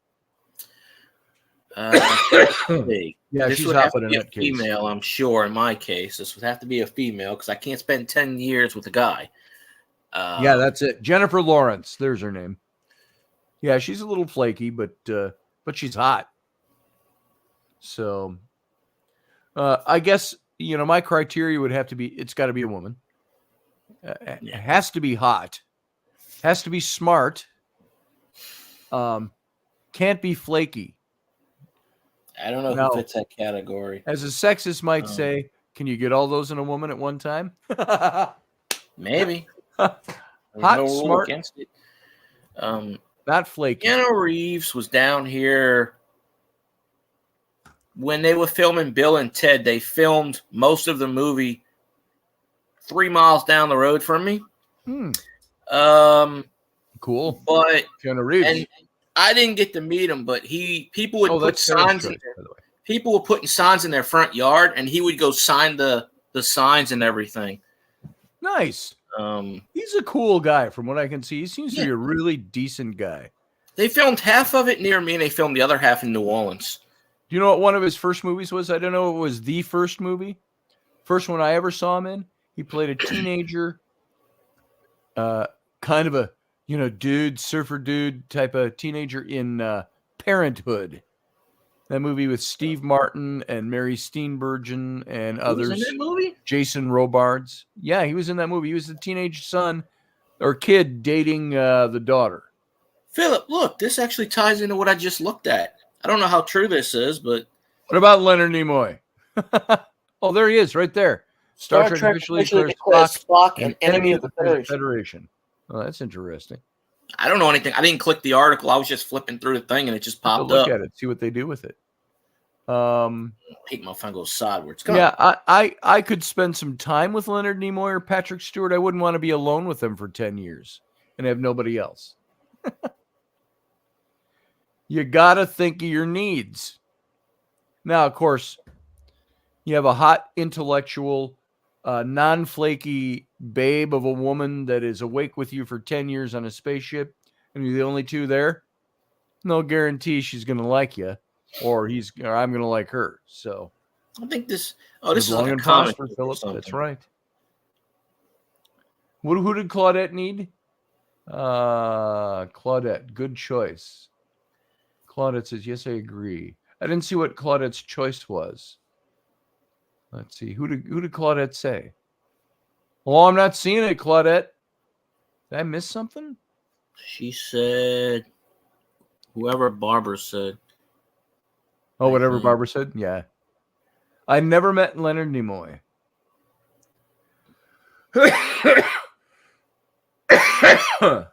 Louisiana is the only state with parishes. We don't have. I would still like to meet William Shatner. He was my hero when I was a kid. Oh, Patrick Swayze. This is Barbie D. He's dead, though. Oh, that's okay. You could clone him and bring him back to life. If you can clone a dinosaur and you can clone a sheep, you can certainly clone Patrick Swayze. You could clone Patrick Swayze. But His why dad the used hell to would I advertise want to? Timex watches. The Vulcan sign is a Jewish symbol. Yeah, that's He went prayer. like this. He went When they pray in synagogue. Rabbi will put his hands up like that. So, spot on, Gina. 1 in a million, Scotty Roberts. But if you have 10 years, your odds go up dramatically. Yeah, if you have 10 years and there's nobody else, I think you could start dating. 10 years and nobody else. Let's see. Well, this would have to be Dr. Crusher. what's Yeah, that other pretty hot cool. chick that's famous from Louisiana? Famous hot Louisiana chick. I have no idea. Oh, I can't remember her name. She's like a social media. Raquel Welch. platform. Raquel Welch was big when I was a kid. She just passed away. Elderberry, Dr. Crusher. Have you been watching Picard? If you haven't, you should. Third season of Picard is, I've said it a couple of times before, probably the finest season of Star Trek, of the new Star Trek. Meaning the last. Oh, I know her 15 name years. now. Lindsay Pellis. Don't know her. How about Lindsay Lohan? No, Yeah, she's okay, flaky. but she's married. She's She a don't little even live in flaky. Lindsay Pellis is some chick with and she's got like 20 million Instagram. She's from Louisiana. Oh, no. Like she. I lives don't in- think I'd want to be with a Instagram influencer trapped in a spaceship for 10 years. Yeah, but she wouldn't be able to influence anybody else except me. Anita Palmer says, I should say my husband, but I would like to be with musicians. I love my music, so this would be a great way to pass time. Yeah. Anita Palmer, I would say my wife, but we're in fantasy land here tonight. None of us are going to be aboard a spaceship for 10 years with one person of the opposite sex. It just ain't going to happen to any of us. Sorry to say. Could if aliens beam me up. Yeah. I used to know Bill Shatner as a 13-year-old, his understudy in Cat on a Hot Tin Roof that he directed at the Melrose Theater in East Hollywood. That's pretty cool, Gina. Very cool. I know people who know him, and I almost got an interview with him for my magazine back 10 years ago. and it just fell through. Dates didn't line up, and Dan Madsen was lining that up for me, and it just never happened. I don't know if it'll happen. $50. Come on down. Yeah, I said you get it lined up, and I'll fly up any date you're available. I will fly to L.A. and meet him. So I don't even think he lives in Canada, I think. I don't know where he lives now. I don't think he's in Canada, is he? He's got a place, a ranch. Well, he's from Canada. I don't know where. Who knows? Yeah, He's Bill probably Shatner. all over. He goes wherever the Star Trek conventions are. Yeah. Elderberry says, I have not seen any new Star Trek since DS9 and Voyager. Elderberry, 2 recommendations. Strange New Worlds with the Captain Pike and Spock mission. And missions. Excellent. Unbelievably good. And it brought back all the old feels for me of being a kid in the late 60s and the early 70s watching the original Star Trek. Is that good? And then Enterprise was good. I didn't see half of that show, half of that series. The second half, I just started missing them. Picard, it was a good first season. Second I liked the first season. Good. And I kind of looked at that series and went, I don't know. I don't know if this is working for me, but I liked it because it was Patrick Stewart, who I've met on the bridge of the Enterprise, might I add. That old story. But the third season is just everything anybody who loves Star Trek fulfills. It's unbelievable. Riker is in this one. He's really good in it. It's really fantastic. I never got a chance to finish. I haven't seen it for a year or two, but that was a lot of fun. Envy, that's what I've heard about him, that he was always a jokester on the set, stuff like that. He loved doing that. They're doing a new documentary with him. I saw some advertisement for it on Instagram. With who? Patrick Stewart? The one group he's allowed to do the documentary because he thought they were going to do a really good job. Anita Palmer says, Hubby hates my music. I wasn't stuttering. Hubby hates my music. So he'd probably jump ship. What kind of music do you play? You sing? Do you piano? Do you, if it's, I sing to the tuba. My husband hates it, but I must have my music. I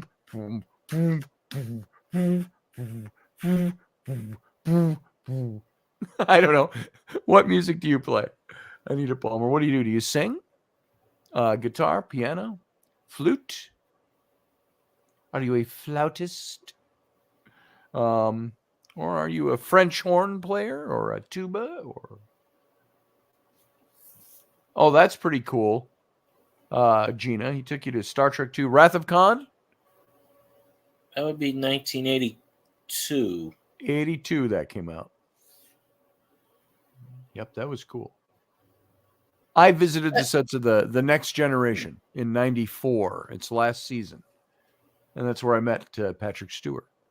So. He said, good Lord, what am I doing here? Yes. I can't do his voice. Brent Spiner. Oh, Patrick Stewart? Up on YouTube, Brett Spiner does Patrick Stewart's voice like to the T. He does. And he does it like certain things. And one time he was doing it, and Patrick Stewart walked up to him and was like, what are you doing? He's like, oh, I didn't see you there. And he started. I love watching every now and then on Instagram. You see all the bloopers from Next Generation. I've seen those. They do some fun stuff. They had they have that pose at the end of a scene where you cut to commercial, where it'd be bum bum bum, and everybody's looking at the screen. And they showed one of those, and Riker's standing there with Picard and a couple of other people, and there's no music because it's the raw footage, and he looks. Everybody's looking and looking concerned. And then he goes, dun, dun, dun, dun, dun, dun, dun, dun, dun, dun, dun, dun. And so it's because it was the cutout. So,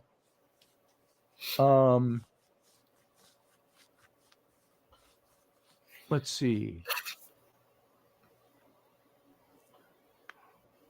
Excuse me, Philip Blair. Do you listen to a limited variety, Anita Palmer? And hello, I like a wide variety. We'll Classic resurrect rock, Bon Scott from the dead. AC/DC. I'm told I sound like a cat. Oh, shitting razor blades. Nice. Yeah, you got to make your own music. If you were alone for 10 years, imagine, I would hate it if I was alone for 10 years, didn't have my guitar, or didn't have any way to play music. You'd have to make your own music. Write songs. I've written songs. I think I would have been a good songwriter. It's just another thing I did. I didn't do it as a going concern. So if the Pina Colada song can make billions and billions of dollars in royalties, then anything can. Yes, I like pina coladas. I'm taking walks in the rain. Bum, bum, bum, bum. And I like making love at midnight. So that's the thing. Maybe I should sing Bon Scott songs all through my channel. Why there not? it is. There it is. I think I could copy him pretty good. I heard that for the first time in a long time, many number of years. I put on Pandora on the TV in the living room when I get kids up for school in the morning. And I always put on they got all their little girly classic bubblegummy rock stuff. And Flynn doesn't have much on there. He's not a big music fan because he hates his sister's music. And, but I put on the 70s hits. And I told the kids, what are you listening to, Dad? I said, this is what I got up in the morning for school to when I was your good stuff. Not this crap nowadays the kids listen to that don't make any sense. Oh, my daughters, they always get, like one morning is playing, everybody's getting ready, and it's, come and get your love. Come and get your love. And I'm singing along to it. They're like, gross, Dad. Gross. That's gross. Hey, I listen to Disco Duck every once in a while. Why? Yeah. Why is Rick Dees get a bad hangover for that? Like, I don't get it. It's not a bad song. You just got to listen to the Affleck voice all the time. Sean, which song can't you stand? Come and get your love. Come and get your love. Come and get your love. Come and get your love. Let's see. Please do not sing Convoy. What did Sean say? I cannot stand that song. Both going to cheat. No, I'm just kidding. But all funny when it's each other. I used to know who sung that song, but what song that is? Scotty for American Idol. Yeah, I'm too old. I get buzzed. What you doing up here? American Idol? Katy Perry would be like, old man, go away. Old man, look at my life. Oh, Willie Nelson doing something nasal like that made me think of Willie Nelson. And Rainey said he's coming here to Somerset, to the amphitheater in Somerset, Little Podunk, Somerset, Wisconsin. So, but we have the big Apple River here where everybody comes out in the summertime and floats down the Apple River. So they got the big amphitheater. They've got another big stage at the Apple River, River's Edge. A friend of mine owns that place. They do big bands. Now. Big names. So Willie Nelson. My heroes have always been cowboys. I don't know many Willie Nelson songs. What? I don't know many Willie Nelson songs, but the only one that I can say that's famous is "Turn Out the Lights, the Party's Over." Oh, there's that. I put on Willie Nelson solely in the mornings at times. I just play all old Willie Nelson stuff. I like that. I like him. Maybe I'll listen to some. Listen to Big Apple is New York City. Minneapolis is called the Mini Apple. You didn't know that. Hey, New Orleans is called the Big Easy. Or the Crescent City because of how the Mississippi River makes it into a crescent. New Orleans. The Big Easy, where, if you go down the wrong street, you're going to be in the wrong type of bar. I would love to go see Willie Nelson in concert. If it was my friend's place, he could get us in, but it's not. I could almost do that Disco Duck voice. I came close to doing it.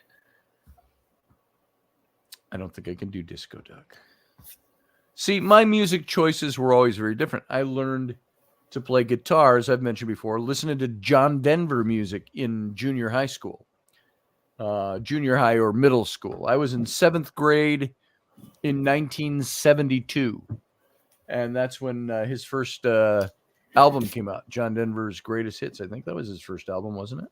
River's Edge is cool, says John Piper. How you doing, John Piper? Always a summer winner with the church youth groups back in the day. Yeah, it was. And then it got a little too seedy. The old ownership would let it go. And my buddy Steve, he and his brothers owned the dirt NASCAR track over here in Somerset. Is that an 8-track tape of the Doobie Brothers? It is. Nice. Here's an 8-track of David Bowie. Nice. I think it was my dad's or something. It's only 2 that I have left. So my buddy, they own the dirt Cedar Lake Speedway. And then Steve broke away from his brothers and he bought the River's Edge 4 years ago, maybe. So I've worked on some of his marketing stuff with that place, and fantastic. He's really trying to change that image of the Apple River, where you come and you get in your inner tubes, you float down the Apple River, and but everybody, brings coolers and stuff, which is fine. You put a cooler in an inner tube, strap it in, and you float down with your cooler and stuff like that. And it can get really full of people. But then you got people shitting in the water. You had some people who were floating by having sex on their inner tubes right out in the open. In the water. And the place got kind of seedy. It was known for not being the nice place to be the last 10 years. And so Steve has really worked to change that all around. So John Denver was great, Gina. An amazing musician and songwriter. Hey, Susie, hi. Yeah, you know what? Church youth group. Go ahead. The Walmart here, okay, for the last 2 weeks, I have no idea why. There's 4 porta potties in front of it, and they've been cleaning it for the past 4 or 5 days. I went into Walmart this morning. I came out. Well, I guess people are using these porta potties in front of Walmart. I have no idea why, but they stink to high heaven. Gross. And it's like 8 o'clock in the morning, and I go, what appropriate. I walk into Walmart, I smell shit. I come out, I smell shit. Nice. Gross. Yeah. John Piper says, back to the good old days and not have to worry about getting stabbed by a pervert. Yeah, that happened last summer on the Apple River. So, weird stuff. I've never heard of that before. The world's going weird, John. The world's going Everyone weird. loves Nickelback. Oh, yeah. I Love actually Nickelback. liked some of their songs.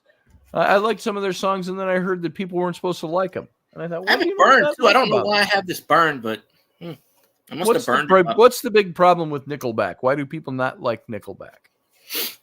I don't know. They just don't like what's his name. He used to be married to Avril Lavigne, who is pretty hot, by the way, I still think. Who? Avril Lavigne. Avril Lavigne. Oh, is she the one that does Bond songs and stuff? She was once kind of heavy, and then she lost all the weight and stuff. That not her. Is that No, what you're talking about. No, she did the Skater Boy song, and she was married to the lead singer of Nickelback for a few years. See, marriages. John Piper, wasn't his name Henry John Duchendorf Jr. Marriages break up musical artists from Minnesota. Oh, I forgot it. One of the few CDs actually have the CD in the damn case. Most of my CDs are not in the case. Like Evanescence.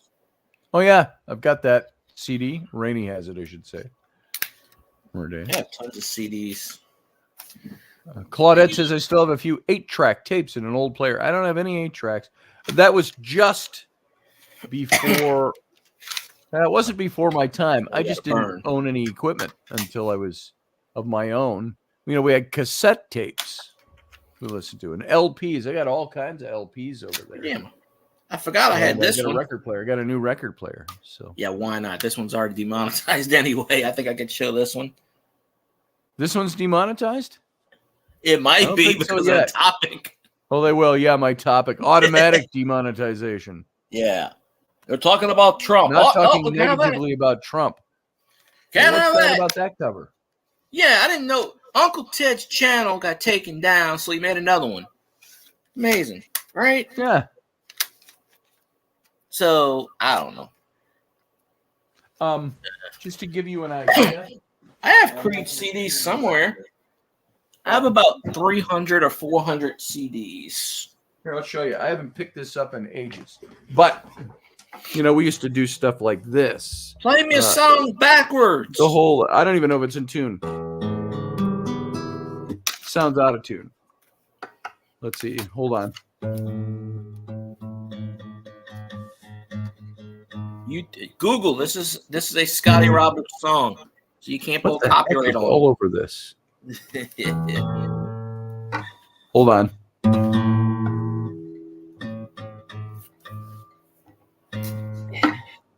So, One of the greatest records of all time. Pearl Jam. what is it? Pearl Jam. Oh, Not yeah. this one, the 10 album. I got the Black album somewhere. I think it's over here.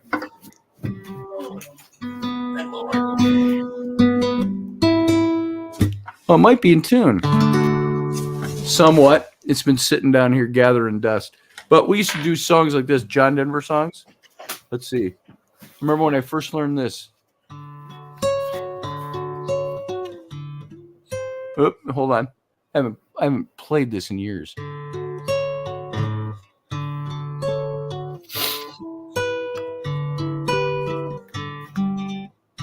I have a record player somewhere. I don't know where it is.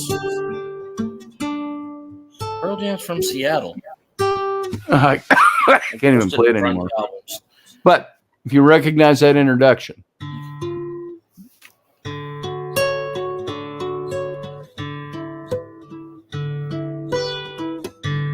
Sounds Wow. familiar.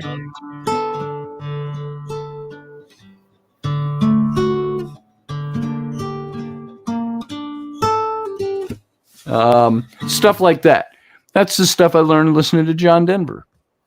Learn how to play all those songs like that. Oh, I never listened to John Denver. I can't watched him in even- movies. My fingers are way out of shape for. But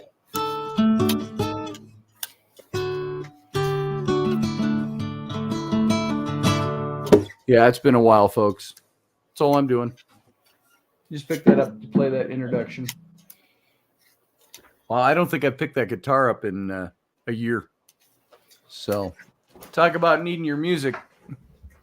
So, thanks, Michelle Canterbury. That was My Sweet Lady, is the way that started. That was his introduction to that. And it would sound a hell of a lot better if I'd picked my guitar up more than once a year. Uncle Dave, Why now don't you you have do to this, explain Dave? what Scotch and cookies is. Scotch and cookies. What did Uncle Dave say about just like Scotch and cookies? Yeah, we played all the time. Man, every Thursday night we had John Piper. A lot of the people from festival that were friends of mine came over to my house every Thursday night for what was dubbed Scotch and cookies. And we'd have some of the Irish bands would come over. It just started as friends hanging out. And I would do tarot readings for people, and we'd have cookies and scotch. And some people were there all night. And Friday, they'd get up at my house at about 6 a.m. I'd make pancakes or omelets or whatever and send them off to work. So. Oh, why you freaking playing these Rocky Mountain High? I know, Claudette. I agree. It's sad that he went out that way. Yeah, that's the song, Elderberry. I can't. Oh, I forgot. I'm Nickelback. croaky and all that, and I probably can't play it very well. But let's see if I remember how it goes. Let's see. It had the introduction. Oops.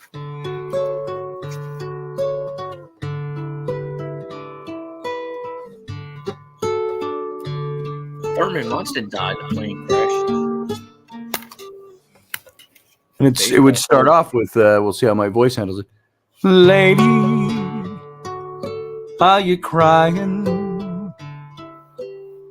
You see, I can't even get my finger in right. Do the tears belong to me? Did you think our time together was all gone?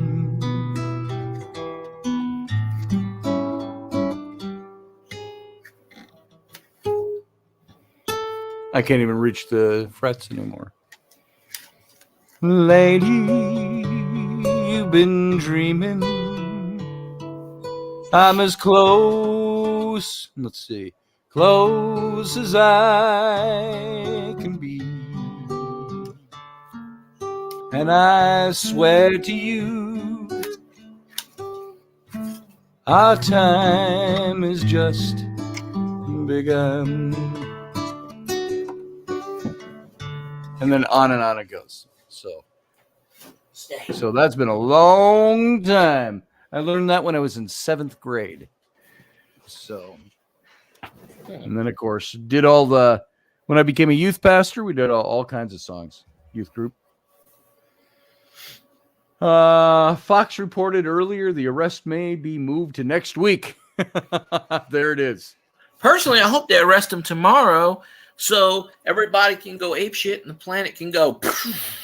Yeah, there it is. Yeah, it's going to be an interesting reaction out there. So, Richie Valens and the Big Bopper and Buddy Holly died because they didn't want to freeze in the bus. yeah. Yeah, it would be interesting, Claudette. Go back to the 70s now. I would love to go back to school knowing what I know now and occupy my old body. That would be interesting. Bye, bye, Miss American Pie. Drove the Chevy to the levee, but the levee was dry. See, I heard that just yesterday morning or last week sometime. Playing 70s hits in the morning. Annie's That's song. what I grew up to in the 90s. Like, I listened to the 90s songs, but then I listened to the 70s songs. So I got I think they're getting second thoughts too, Dave. What a bunch of idiots. I got to tell you, politically motivated idiots. Anyway, blah, blah, blah, blah, blah. They know in the back of their mind, if they do something, they're like, do we really want these crazy people to start rioting again? Yeah. I don't think that's a good idea right now. They're thinking, do we have the manpower to deal with this crap? No. Hey, Uncle Dave. Uncle Dave. Hey, I've been Romeldi. sitting here all night just listening, but Yeah. I thought I'll call in quick before you shut it off. I'll Bauer it. Yeah. You call him at the last minute. Man, let's get the stopwatch. I think that this district attorney was working largely on his own. Yep. Okay. I And believe suddenly the Democrats in Congress and the Senate and everybody else go, "You're doing what?" Yeah. Because, and then there's all this huge reverse reaction that I don't think they were expecting. With even people that support DeSantis and are like, I mean, they don't dislike Trump, but they're like, he comes with baggage. I think I'll go with DeSantis. And all of a sudden they're all like, oh, F that. I'm going with Trump. Trump. You know? And I think now you have Democrats out there going, what the hell are you doing? You're going to create this huge martyrdom, and everyone's going to vote for him. Yep. I think it's going to backfire in the Democrats' face. Big time. Big time. So now I think the reason it's getting put off, because even when they asked, it's all politically motivated. Well, Trump went out and said, "Hey, on Tuesday, I'm going to get arrested." Blah blah blah. Right? Yeah. And so the press went to the secretary, this district attorney, and said, "What? Are you going to arrest him?" And he's like, "Whoa! I didn't say that." So now I think that he's getting blowback from the uppers in the Democratic Party that could jeopardize his future. He ain't liking that, and everybody's up in arms. And so I think that there's a good chance that they will back out of this thing somehow and say, "Oh, no, we're not going to charge him. We just feel with the grand jury, there's just not enough there." Yeah. Well, we had new evidence or new testimony. We just don't think we're we're not going to charge him with this. So, or you literally will have the attorney general step up and say, nix this thing. yes. You in the state level can't try a federal thing, and you can't push this to a federal thing. Well, they're saying it was a state law that he violated. Right. But even that, the time has run out on it. Yeah, statute of limitations. That's the word I'm looking for. It wasn't 10 years. It was 2016 that he authorized a payment. So Pay back to Cohen. I think that they'll end up backing out of this and not doing it, because nothing would work better for Trump than for them to Instant have re-election pictures of him in handcuffs. Someone Undecided said, people would see right through that, Right. and they'd probably go over to Trump's side. Yep. someone said on one of these programs, if they arrest him, that almost guarantees him being the president. They Well, guarantee- not only that, if they push this and arrest him, then look at all the Dems that have sort of skirted the law on 100 different things. Suddenly, the Republicans in Congress are going to say, "Oh, so we're taking that off the table. We're prosecuting politicians now for things we don't like that they did." Well, Nancy, insider trading is against the law, and there's just a whole host of things that people, not to mention the fact that the pay for play stuff that the Clintons did and that the Bidens are doing. I just see just all kinds of court cases turning around and coming back on top of these guys if they push this. Well, there's nothing that says that you can't be a president and be in jail. Sorry, that's my blood meter. We had a governor, Edwin Edwards. He was the governor for 4 terms in Louisiana. He got convicted for riverboat gambling with Eddie DeBartolo, who owned the 49ers. Went to prison, came back, and they said, after 15 years, you could run for governor again. He actually tried to I run. don't know why for that's governor. going off. He was 99 years old. He ran for a district, whatever, almost won, but then he passed away. But Especially since I turned it off. Was he a got Democrat? Was he a Democrat? Democrat. Well, then dying shouldn't have stopped him from getting elected. Louisiana has not had a Republican governor or mayor since the Civil War.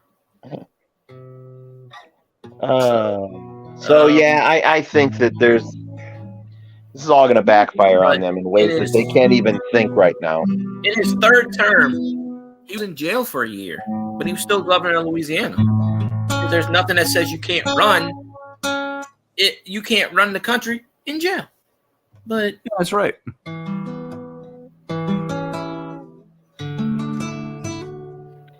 Scotty, did you ever paint a rock and then look at it and go, it looks like a tree stump? Yep. Okay, good. Because I've been painting a standing rock, and today I added a whole bunch of new tones to it because I just thought it was too flat looking. And now I'm looking at it from across the room going, well, that looks like a pine tree stump. No, that's the best way to rotting. gauge that is to invite somebody to come in who's never seen it and go, what do you think of this painting? Oh, wow, that's a nice bull terrier you painted in there. Yeah. that's a rock. That's a nice golden retriever. Here's a John Denver song. My kids love this. All the John Denver stuff is golden. The only song I've ever heard of from him is really Rocky off on Mountain this. High. That's it. So many of his He's songs remind me of here. me and Amy. I just never Back did in listen to 1958, my guitar's out of tune. Drove an old V8. It's okay, because so are you. When I got 100 miles, I got out and pushed it a mile. We didn't know who we were, didn't know what we did. We were just on the road, heading down from Canada on a gravel road just a mile from Montana. Then my daddy read a sign, took us in the wrong direction. I asked my daddy, where are we going? He said, we'll just follow our nose. So I looked out the window and dreamed I was a cowboy. We didn't know who we were, didn't know what we did. We were just on the road. I had met a girl in a truck cafe. Fell in love almost right away. Then the Mercury was ready to go. I had to leave her. And then the kid's favorite part, a shooby dooby doo shadoo. Shooby dooby doo shadoo shadoo Yeah, I'll take that in shadoo. about 10 years. Go home, said the man in the moon, go home. Go home, said the man in the moon, go home. 'Cause it's getting sort of late, and I'll soon turn out my light. Go home, said the man in the moon, go home. We didn't know who we were, didn't know what we did. We were just on the road. We didn't know who we were, didn't know what we did. We were just a riding on.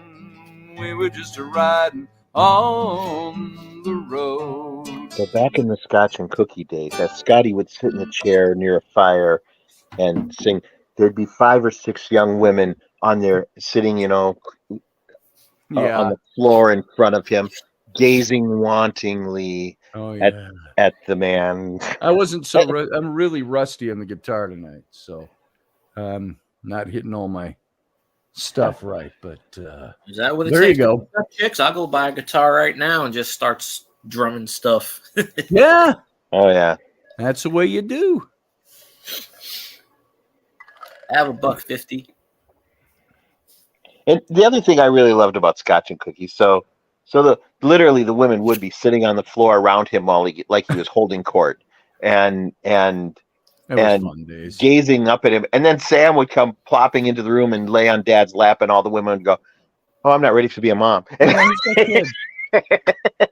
So, Go back to your room.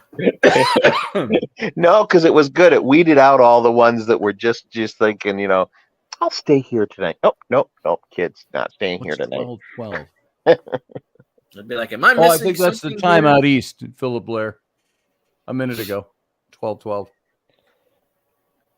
It's an awesome time or So- day. I don't know.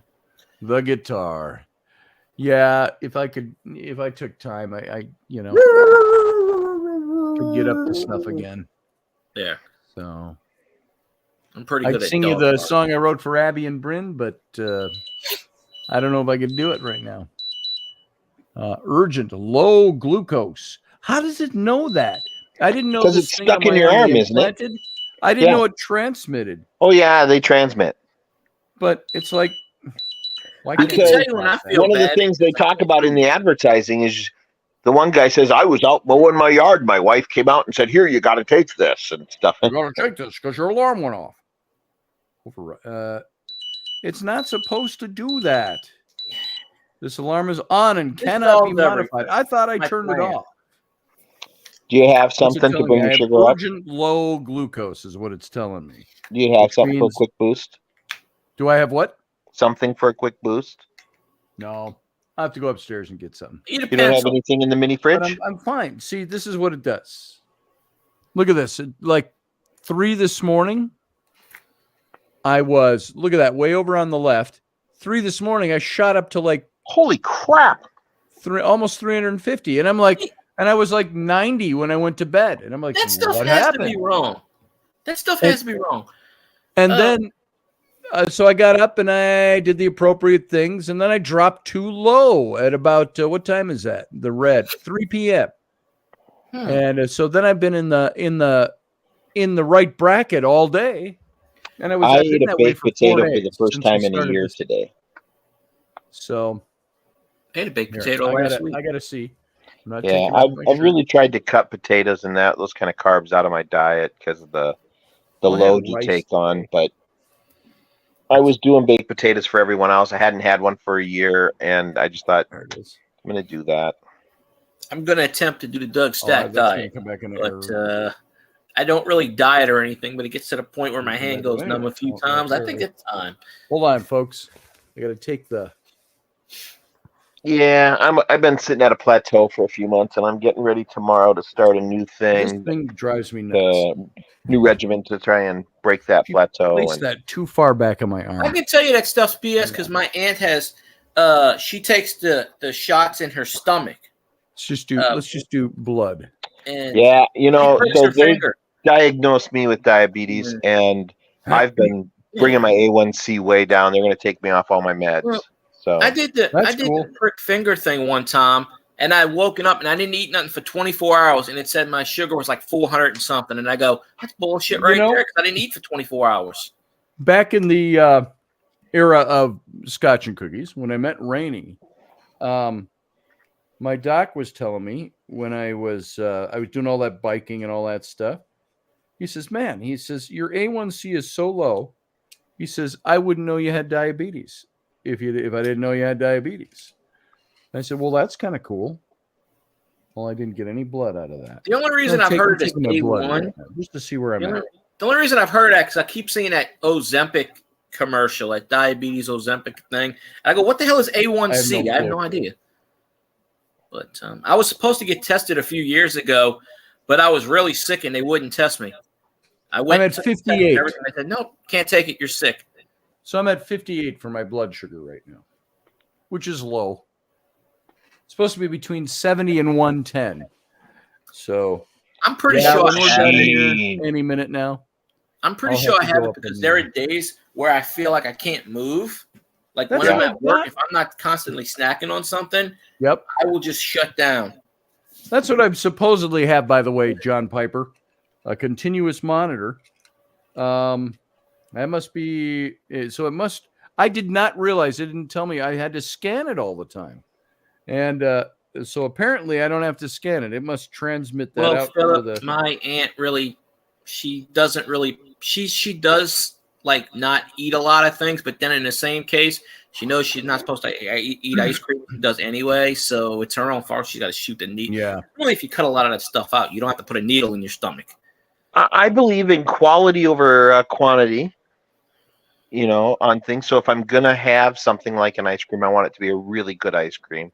And I won't have a huge amount of a small single scoop or something. And,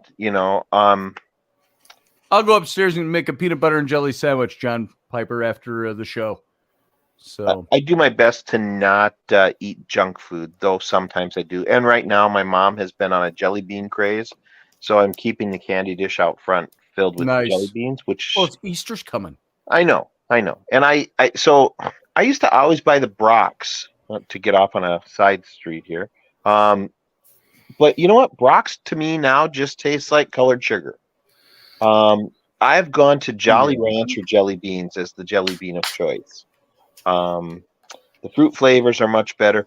Jelly Bellies are still the best, but they're so pricey. Jelly Belly, that's what Ronald Reagan ate. I know he did. He always had a jar of Jelly Bellies on his desk. And I love those. He was a teak, and we always kept Jelly Bellies in the teak house because of that. There you go. I haven't had a sweet tooth since childhood. My sweet tooth is dying out. You know what I want when I crave something? I crave steak. Same here. That's what I crave usually. Today I said to Rainey, do we have anything Asian in the house? I had a craving for something Asian. Okay, so in the Walmart meat department, look for something called a chuck eye steak. It's the same muscle as a ribeye. It's further down on the thing. It's a smaller steak. You usually get two of them for about $7-8. Sometimes they'll run up to $10 depending on the weight. And my sound, by the way, my sound on my phone, my internal sound, will not mute the notification sound. It's not bothering me. Sorry, folks. And they're super tasty steaks. It's not a huge steak, but it's a great dinner steak. 4 times or 5. The smaller ones, sometimes they'll have the real small ones in the cooler, and they're great for breakfast steaks. So I have carnivore tooth. Yep. I try and do a steak good. 2 or 3 times a week. So today, I made jasmine rice when I was hungry. I made jasmine rice in the big. It's a pressure cooker, but they call them something different. The new ones, It's a rice maker. computerized. Yeah. And so I made jasmine rice in that. That took about 20 minutes. And then and it's always good. I like rice that sticks together, sticky rice. Still starchy. It'll give you a Still spike, but it starchy. doesn't stay with you. So yeah, it goes right through you. And then I made some stir fry. I had a can of stir fry. Not the best out there, but diced up a little chicken, did some stir fry, and I had that for lunch. I Fell asleep for secretly 2 keep a hours. can of bacon around just for emergencies. Cake. I so want cake right now. We don't have any cake. You know, Rainy's gluten-free. I so didn't she grow doesn't up buy on that stuff, and I've never anymore. craved that stuff, really. And I walk around. No, there's times I get a craving for cake. I'm like, cake, jelly donut, something like that. You know, I don't think that's too much. Cheese I eat every day. I tend to eat a block Cheese, of I like cheese cheese. at least once a And that week. reminds me of John Candy from Uncle Buck. How you doing, Uncle Buck? What was his response? Oh, I'm doing okay. I've just been a little bound up lately, though. Been eating lots of cheese lately. So, Oh, I remember the days of the government cheese, the big bricks of government cheese. government cheese. I remember that. Yes. All right, I'm gonna wrap this up Oh, pretty quick. I'm gonna do one more song. so good seeing Since I you, got the field guy. guitar out. You guys can stick around for this or not. This is the song I wrote for Abby and Bryn. Do you remember this when they were little? Uncle Dave? When I hear it, maybe I will or maybe I won't. I don't know yet. It's real simple. I don't play extremely wild guitar anyway, so.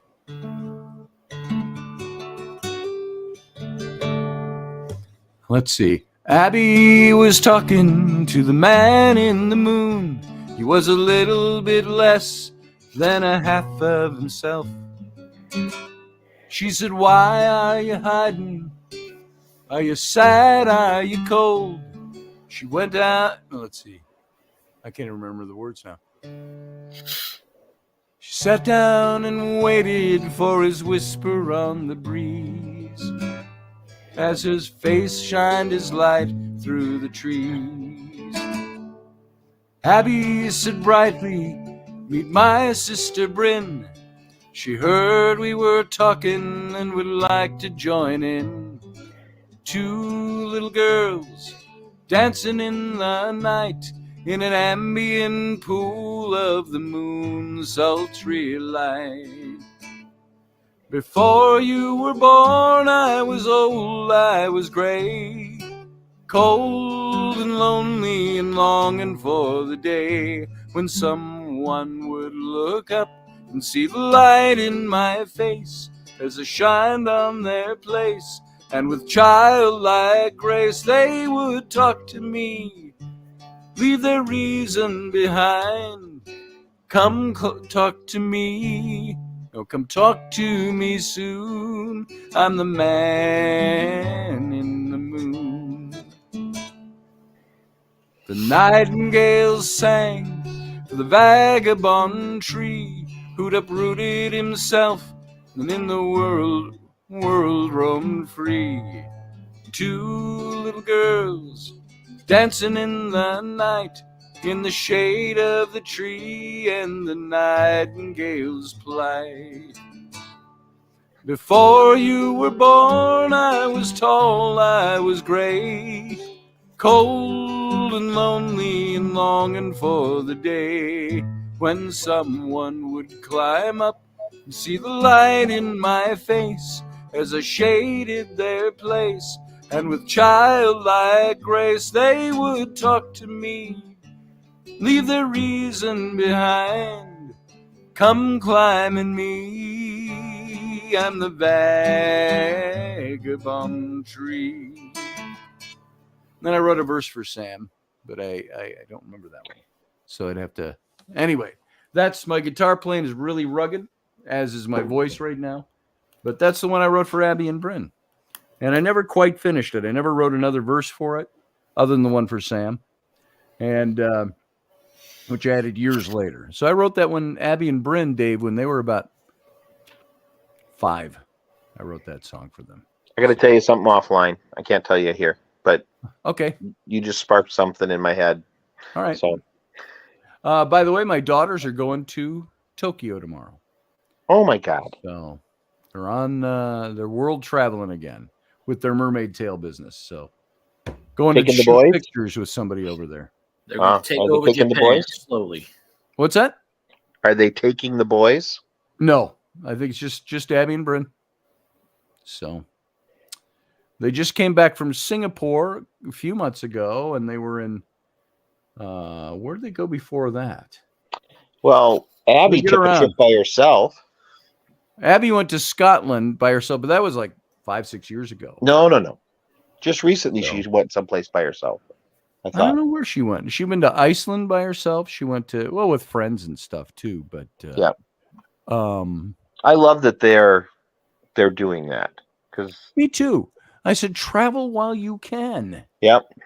When they were going to go to move to Hawaii back in 2014, move their whole business to Hawaii, and I did everything I could to discourage them from that because of how expensive that was going to be. It was I great did for them not and it was great for discourage their them at all. business, but I just pointed out all the downsides of that. I didn't, and there was a reason I didn't, because their mom especially was one of the big naysayers to that, and I said, you know what? So what if it's going to be more expensive? So what if you're going to do this? I said, you go to Hawaii and you have the time of your life. 20 years from now, you'll regret if you didn't do it. I Yeah. said, so go Well, now. and it was great for their business. It was also they had some personal stuff go down with friends that was uncool, and that was too bad. Yeah. Well, that was a result of that. That really soured a lot of things, and that It did. that was trying to decide how to phrase this, but it was ridiculous on their friends' part. Yes, it was. Because it cut them off from something that was benefiting them too, and they just were too uncool to understand it. Yeah. But yeah. And that's it. And so, and Abby and Bryn have always been giving people. They have always been, like with their business, Very they trusting. say, we do this business. They say it's we make dreams come true, and that's what they do. They're like Disney kids. They're mini Disneys, without all the extra politics in there. So you all know what I mean. But they've always been amazing kids that way, and you done brought them up right. I tried. I done tried. And but yeah, their mom was against them going to Hawaii, and Abby called me one day and she said, we got some people that are telling us we shouldn't go, and this and that and this and that. And she was crying. And I said, you know what? I said, don't listen to what anybody says. And I'm not talking common sense stuff. I'm saying just don't listen to what people say. I said, you go and you enjoy and you do what feels right to you in this move. And I said, because you know what? There's going to be a time where if you don't do it, you're going to regret that you didn't do it.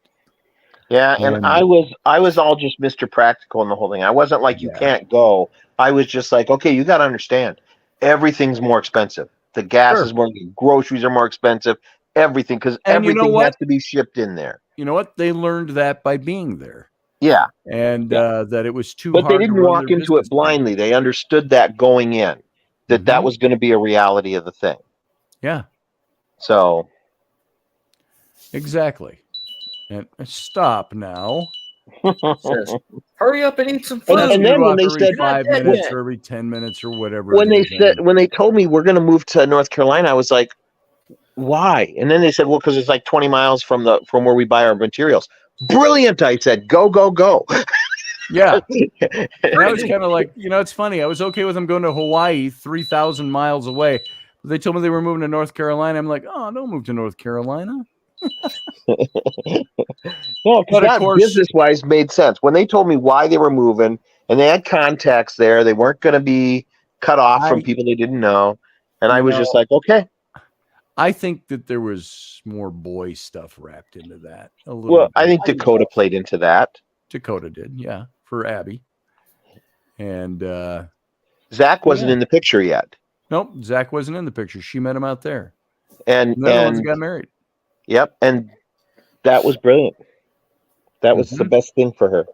Maybe that's where the portal is in Hawaii. That's where Bigfoot lands, in Hawaii.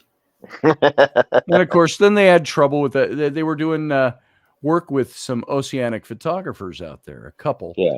And they ended up moving out there to hang with them, be with them, do work together, and it ended up not being a good situation. Yeah, And, it was. which is too bad. But It was. and that spoiled that for them.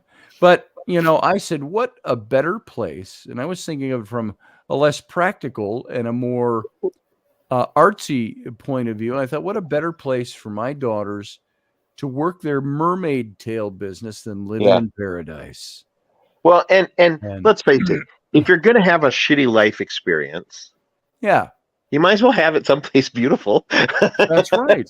You could have been in North Dakota and had that same life experience and gone, well, that sucks. These people were, they weren't cool people. It's like, you could have had that experience anywhere. You might as well have it in paradise to at least might as well have it in paradise. But then they found out, of course, their business was just starting to become international. Yeah. They did that, and buying supplies that they needed, they had to ship it in from the States, from the continent, and then shipping out worldwide to people. It just became highly impractical for them to be in Hawaii. I mean, it was just nutty. And so, but the footage that they got of the tails on the reefs and all that, I was always kind of freaked out when they're like, "Look, we're swimming with sharks today." I'm like, "You look like dinner in that tail. Stop that." That's right. That's right. The that would always worry me. Here they are. They're in Hawaii. They're swimming in the Pacific Ocean, and there's sharks out there. They like to eat flesh. And my daughters are swimming around looking like big fish. And I'm like, Yeah, don't do that. Yeah. Are you sure that it's always safe? kind of freaked me out. Or the cave diving. Hey, we started cave diving. No, don't go down any water caves. What are you doing? Snorkel it, and I got a picture of them that their oceanic photography friends took, and I posted it not long ago. But you see this long distance shot of under the ocean and the big caves. It's crystal clear, gorgeous ocean. And you see these two girls, way in the distance, and they're swimming down at an angle toward the cave, snorkeling. And it was Abby and Bryn. It was what an amazing shot. So, that was very cool. What the heck is dead shark spray, Philip? I don't know. Is that the green stuff? They do have a thing that you can like shark put repellent? out in the water. It's a repellent thing that's supposed to. Oh, it's like bear repellent. Yeah. Here, bear. See me in the water. I'm not the best of swimmers, so I know to stay out of the water. Yeah, I'm not. That's not my thing. I'd be like, I'll just sit over here on the beach, and if you get caught by the shark, you're on your own. I'm sorry. I am drawn to the ocean. I love oceanic views. I'm drawn to it. But when I get to the ocean, all I see is Black Death. Yeah. I'm pretty sure my last life was taken by in a sinking ship, and I'm just like Cthulhu. Just not. Once I get on the water, then I'm like, okay, I'm good to go home. Now I did have a fairly good time on the Half Moon, which is a reproduction of Henry Hudson's ship, and it's based out with east. You, Roger Rabbit. I don't like to swim in anything where I can't see my feet, where I can't look down and beware. Here, look at this. I loaded this picture up. It's not the full picture, but this was. Why is it doing that? That is your daughter recreating the picture that you took in Scotland. Yeah. Let's see. Why is that? It says remove. Where did it go? Whoop. I don't know where it went. It says remove. It's not in there. I've never shared my screen on, there it is. On this before, but okay, folks. This is those of you who are left. This is my daughter Abby. about 5-6 years ago. 5 years ago, went to Scotland on her own. This is a picture of me on the bottom from before she was born. In 1990, I went to Scotland. And that's Urquhart Castle on Loch Ness. And so my daughter tried to find the same exact spot. They've changed Pretty it a little close. bit over there. It's pretty close. And she bought a sweater, the closest sweater she could find to the one I was wearing, which was a Calvin Klein sweater back in the day. And she couldn't find anything to quite match that. But she Pretty took a close. picture on the same spot. Yeah. And so I thought that and when was you pretty go darn there, because cool. I She went said- there with Amy, there's a little brass plaque that this is where Scotty sat. Yeah, there it is. Scotty sat here. So, yeah, but that's so that shot there is 32 years ago, 33 years ago. And Abby's is 5 years ago. So, similar kind of sky. So, Yeah. Yeah, the water was pretty nice. Yeah, it looks gray there because of the reflection of the clouds. So I thought that was pretty cool that she did There's that. still land there. If you would have took that picture here 30 years ago, vice versa, you would have been like, land, no land, Yep. Yeah. with the erosion. Yep. Well, around here it would have been open land and now housing developments, as far as you can see. Yeah. And by the way, where did all my pretty dark hair go? Yeah. What Use happened the there? rice trick, which I've Dumb. done a few times. You take rice, like white rice with all the starch, you let it sit, and then it gets all cloudy, and you put it in a bottle and you spray. It's supposed to like make the hair thicker. Oh, I don't want it thicker. I just want it to grow back. How do you make it grow back? Rogaine. So, were you using an eyeliner pencil on your lip back then? What the hell is that? Yeah, look at that. Little eyeliner pencil, shoe polish. So, You know, that I was my looked at that daughter's. picture. I called it my Magnum PI stash. They call it my porn stash. Dad, were you in porn? That Come was on. in. You said that was Where'd in you get that? Your 1990. mustache? But So that looks like an 80s picture. that is 1990. Damn close right to on the the 80s. cusp. Could be a Magnum PI pick. But Scotty spent all those years in the seminary, so Scotty didn't get the 80s until the 90s. Yeah, that's right. So, You know, my Yeah. brother-in-law from my he first was wife, kind of like Canada. He's 10 years behind. my brother-in-law, they went to as missionaries to Monrovia, West Africa, and to build radio station there. And they Named were there after for James years. But Monroe. I used to send them videotapes. We had VHS, several shows that they liked to watch. Magnum PI was one of them. And so I used to send that, and I used to cut out the ads. They're like, next time, don't cut out the ads. We love seeing the ads too. So that was fun. Yeah, 1990 Philip Blair, that was practically the 90s. Magnum PI was on yesterday. Was it really? Oh, the new one? I like the new one. The new one, I didn't know how I'd Haven't take to seen that. any of them. Good night, So- John Piper. Hey, Johnny. His meds are NBC kicking in. NBC My, has decided to reboot every show known to man. So I got a Wanna question meet? for you. Night So Court. in the original Magnum PI, they would occasionally reference Hawaii Five-0. Yeah, Do 5-0. they do that now? Yeah. Okay. Do talk they ever do about any 5-0. crossover episodes? I don't think so. They just mentioned 5-0 as an existing police force. Oh. In the reboot I of actually 5-0, like they the new one, redid even with all the Magnum. changes. Higgins now is a hot chick instead of an old British and who fought in Burma. The lads and I back in Burma. I And, could see where they could do really cool crossovers. They're keeping the same story that Magnum's a former Yeah. naval intelligence, because so is McGarrett. Yep. And you could have crossovers where they knew each other or something. Well, they Yeah. kept the same line, except instead of him being in Vietnam, he's from he was in the Afghanistan War or something. Yeah. Yeah. Yeah, Afghanistan. Basically Okay. the same thing. And I'm Which is what they did it's with been McGarrett. long enough since Tom Selleck was Magnum PI that it actually, this new guy pulls it off really well. Yeah. And it's good. And the guy's playing TC, the helicopter owner, and Rick. They do all right. wait until Sweeps when they pay Tom Selleck like $20 million to appear in an episode. Yeah, and Higgins transitioned. Yeah. I don't think you could be as hot as this Higgins and have transitioned from him. So that's my take on it.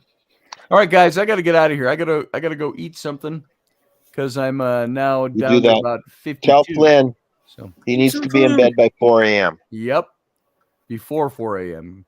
I keep I gotta reminding be me. up I got to at 7 get in you the up at morning. 7. Remember. 3 All right, hours guys. is good enough. You guys have a good night. They don't have to I'll think see you that hard later. at 13. See you, All right. Field Guy. Thanks for being here. Uncle Dave, Love you thanks guys. for being here. Talk to you soon. All right, folks, that's it. That's all I got for tonight. And I hate to rush off, but I got to rush off and to go do stuff. Go take care of my blood sugar and eat something. So for as fat as I was, you'd think I wouldn't need to eat so much. I don't eat a lot, except when I do. So anyway, I'm off to take care of that little bit of business. So all of you, see you tomorrow on with Wendy on Robertson, 4 p.m. Central, 5 p.m. Eastern. Live long and prosper.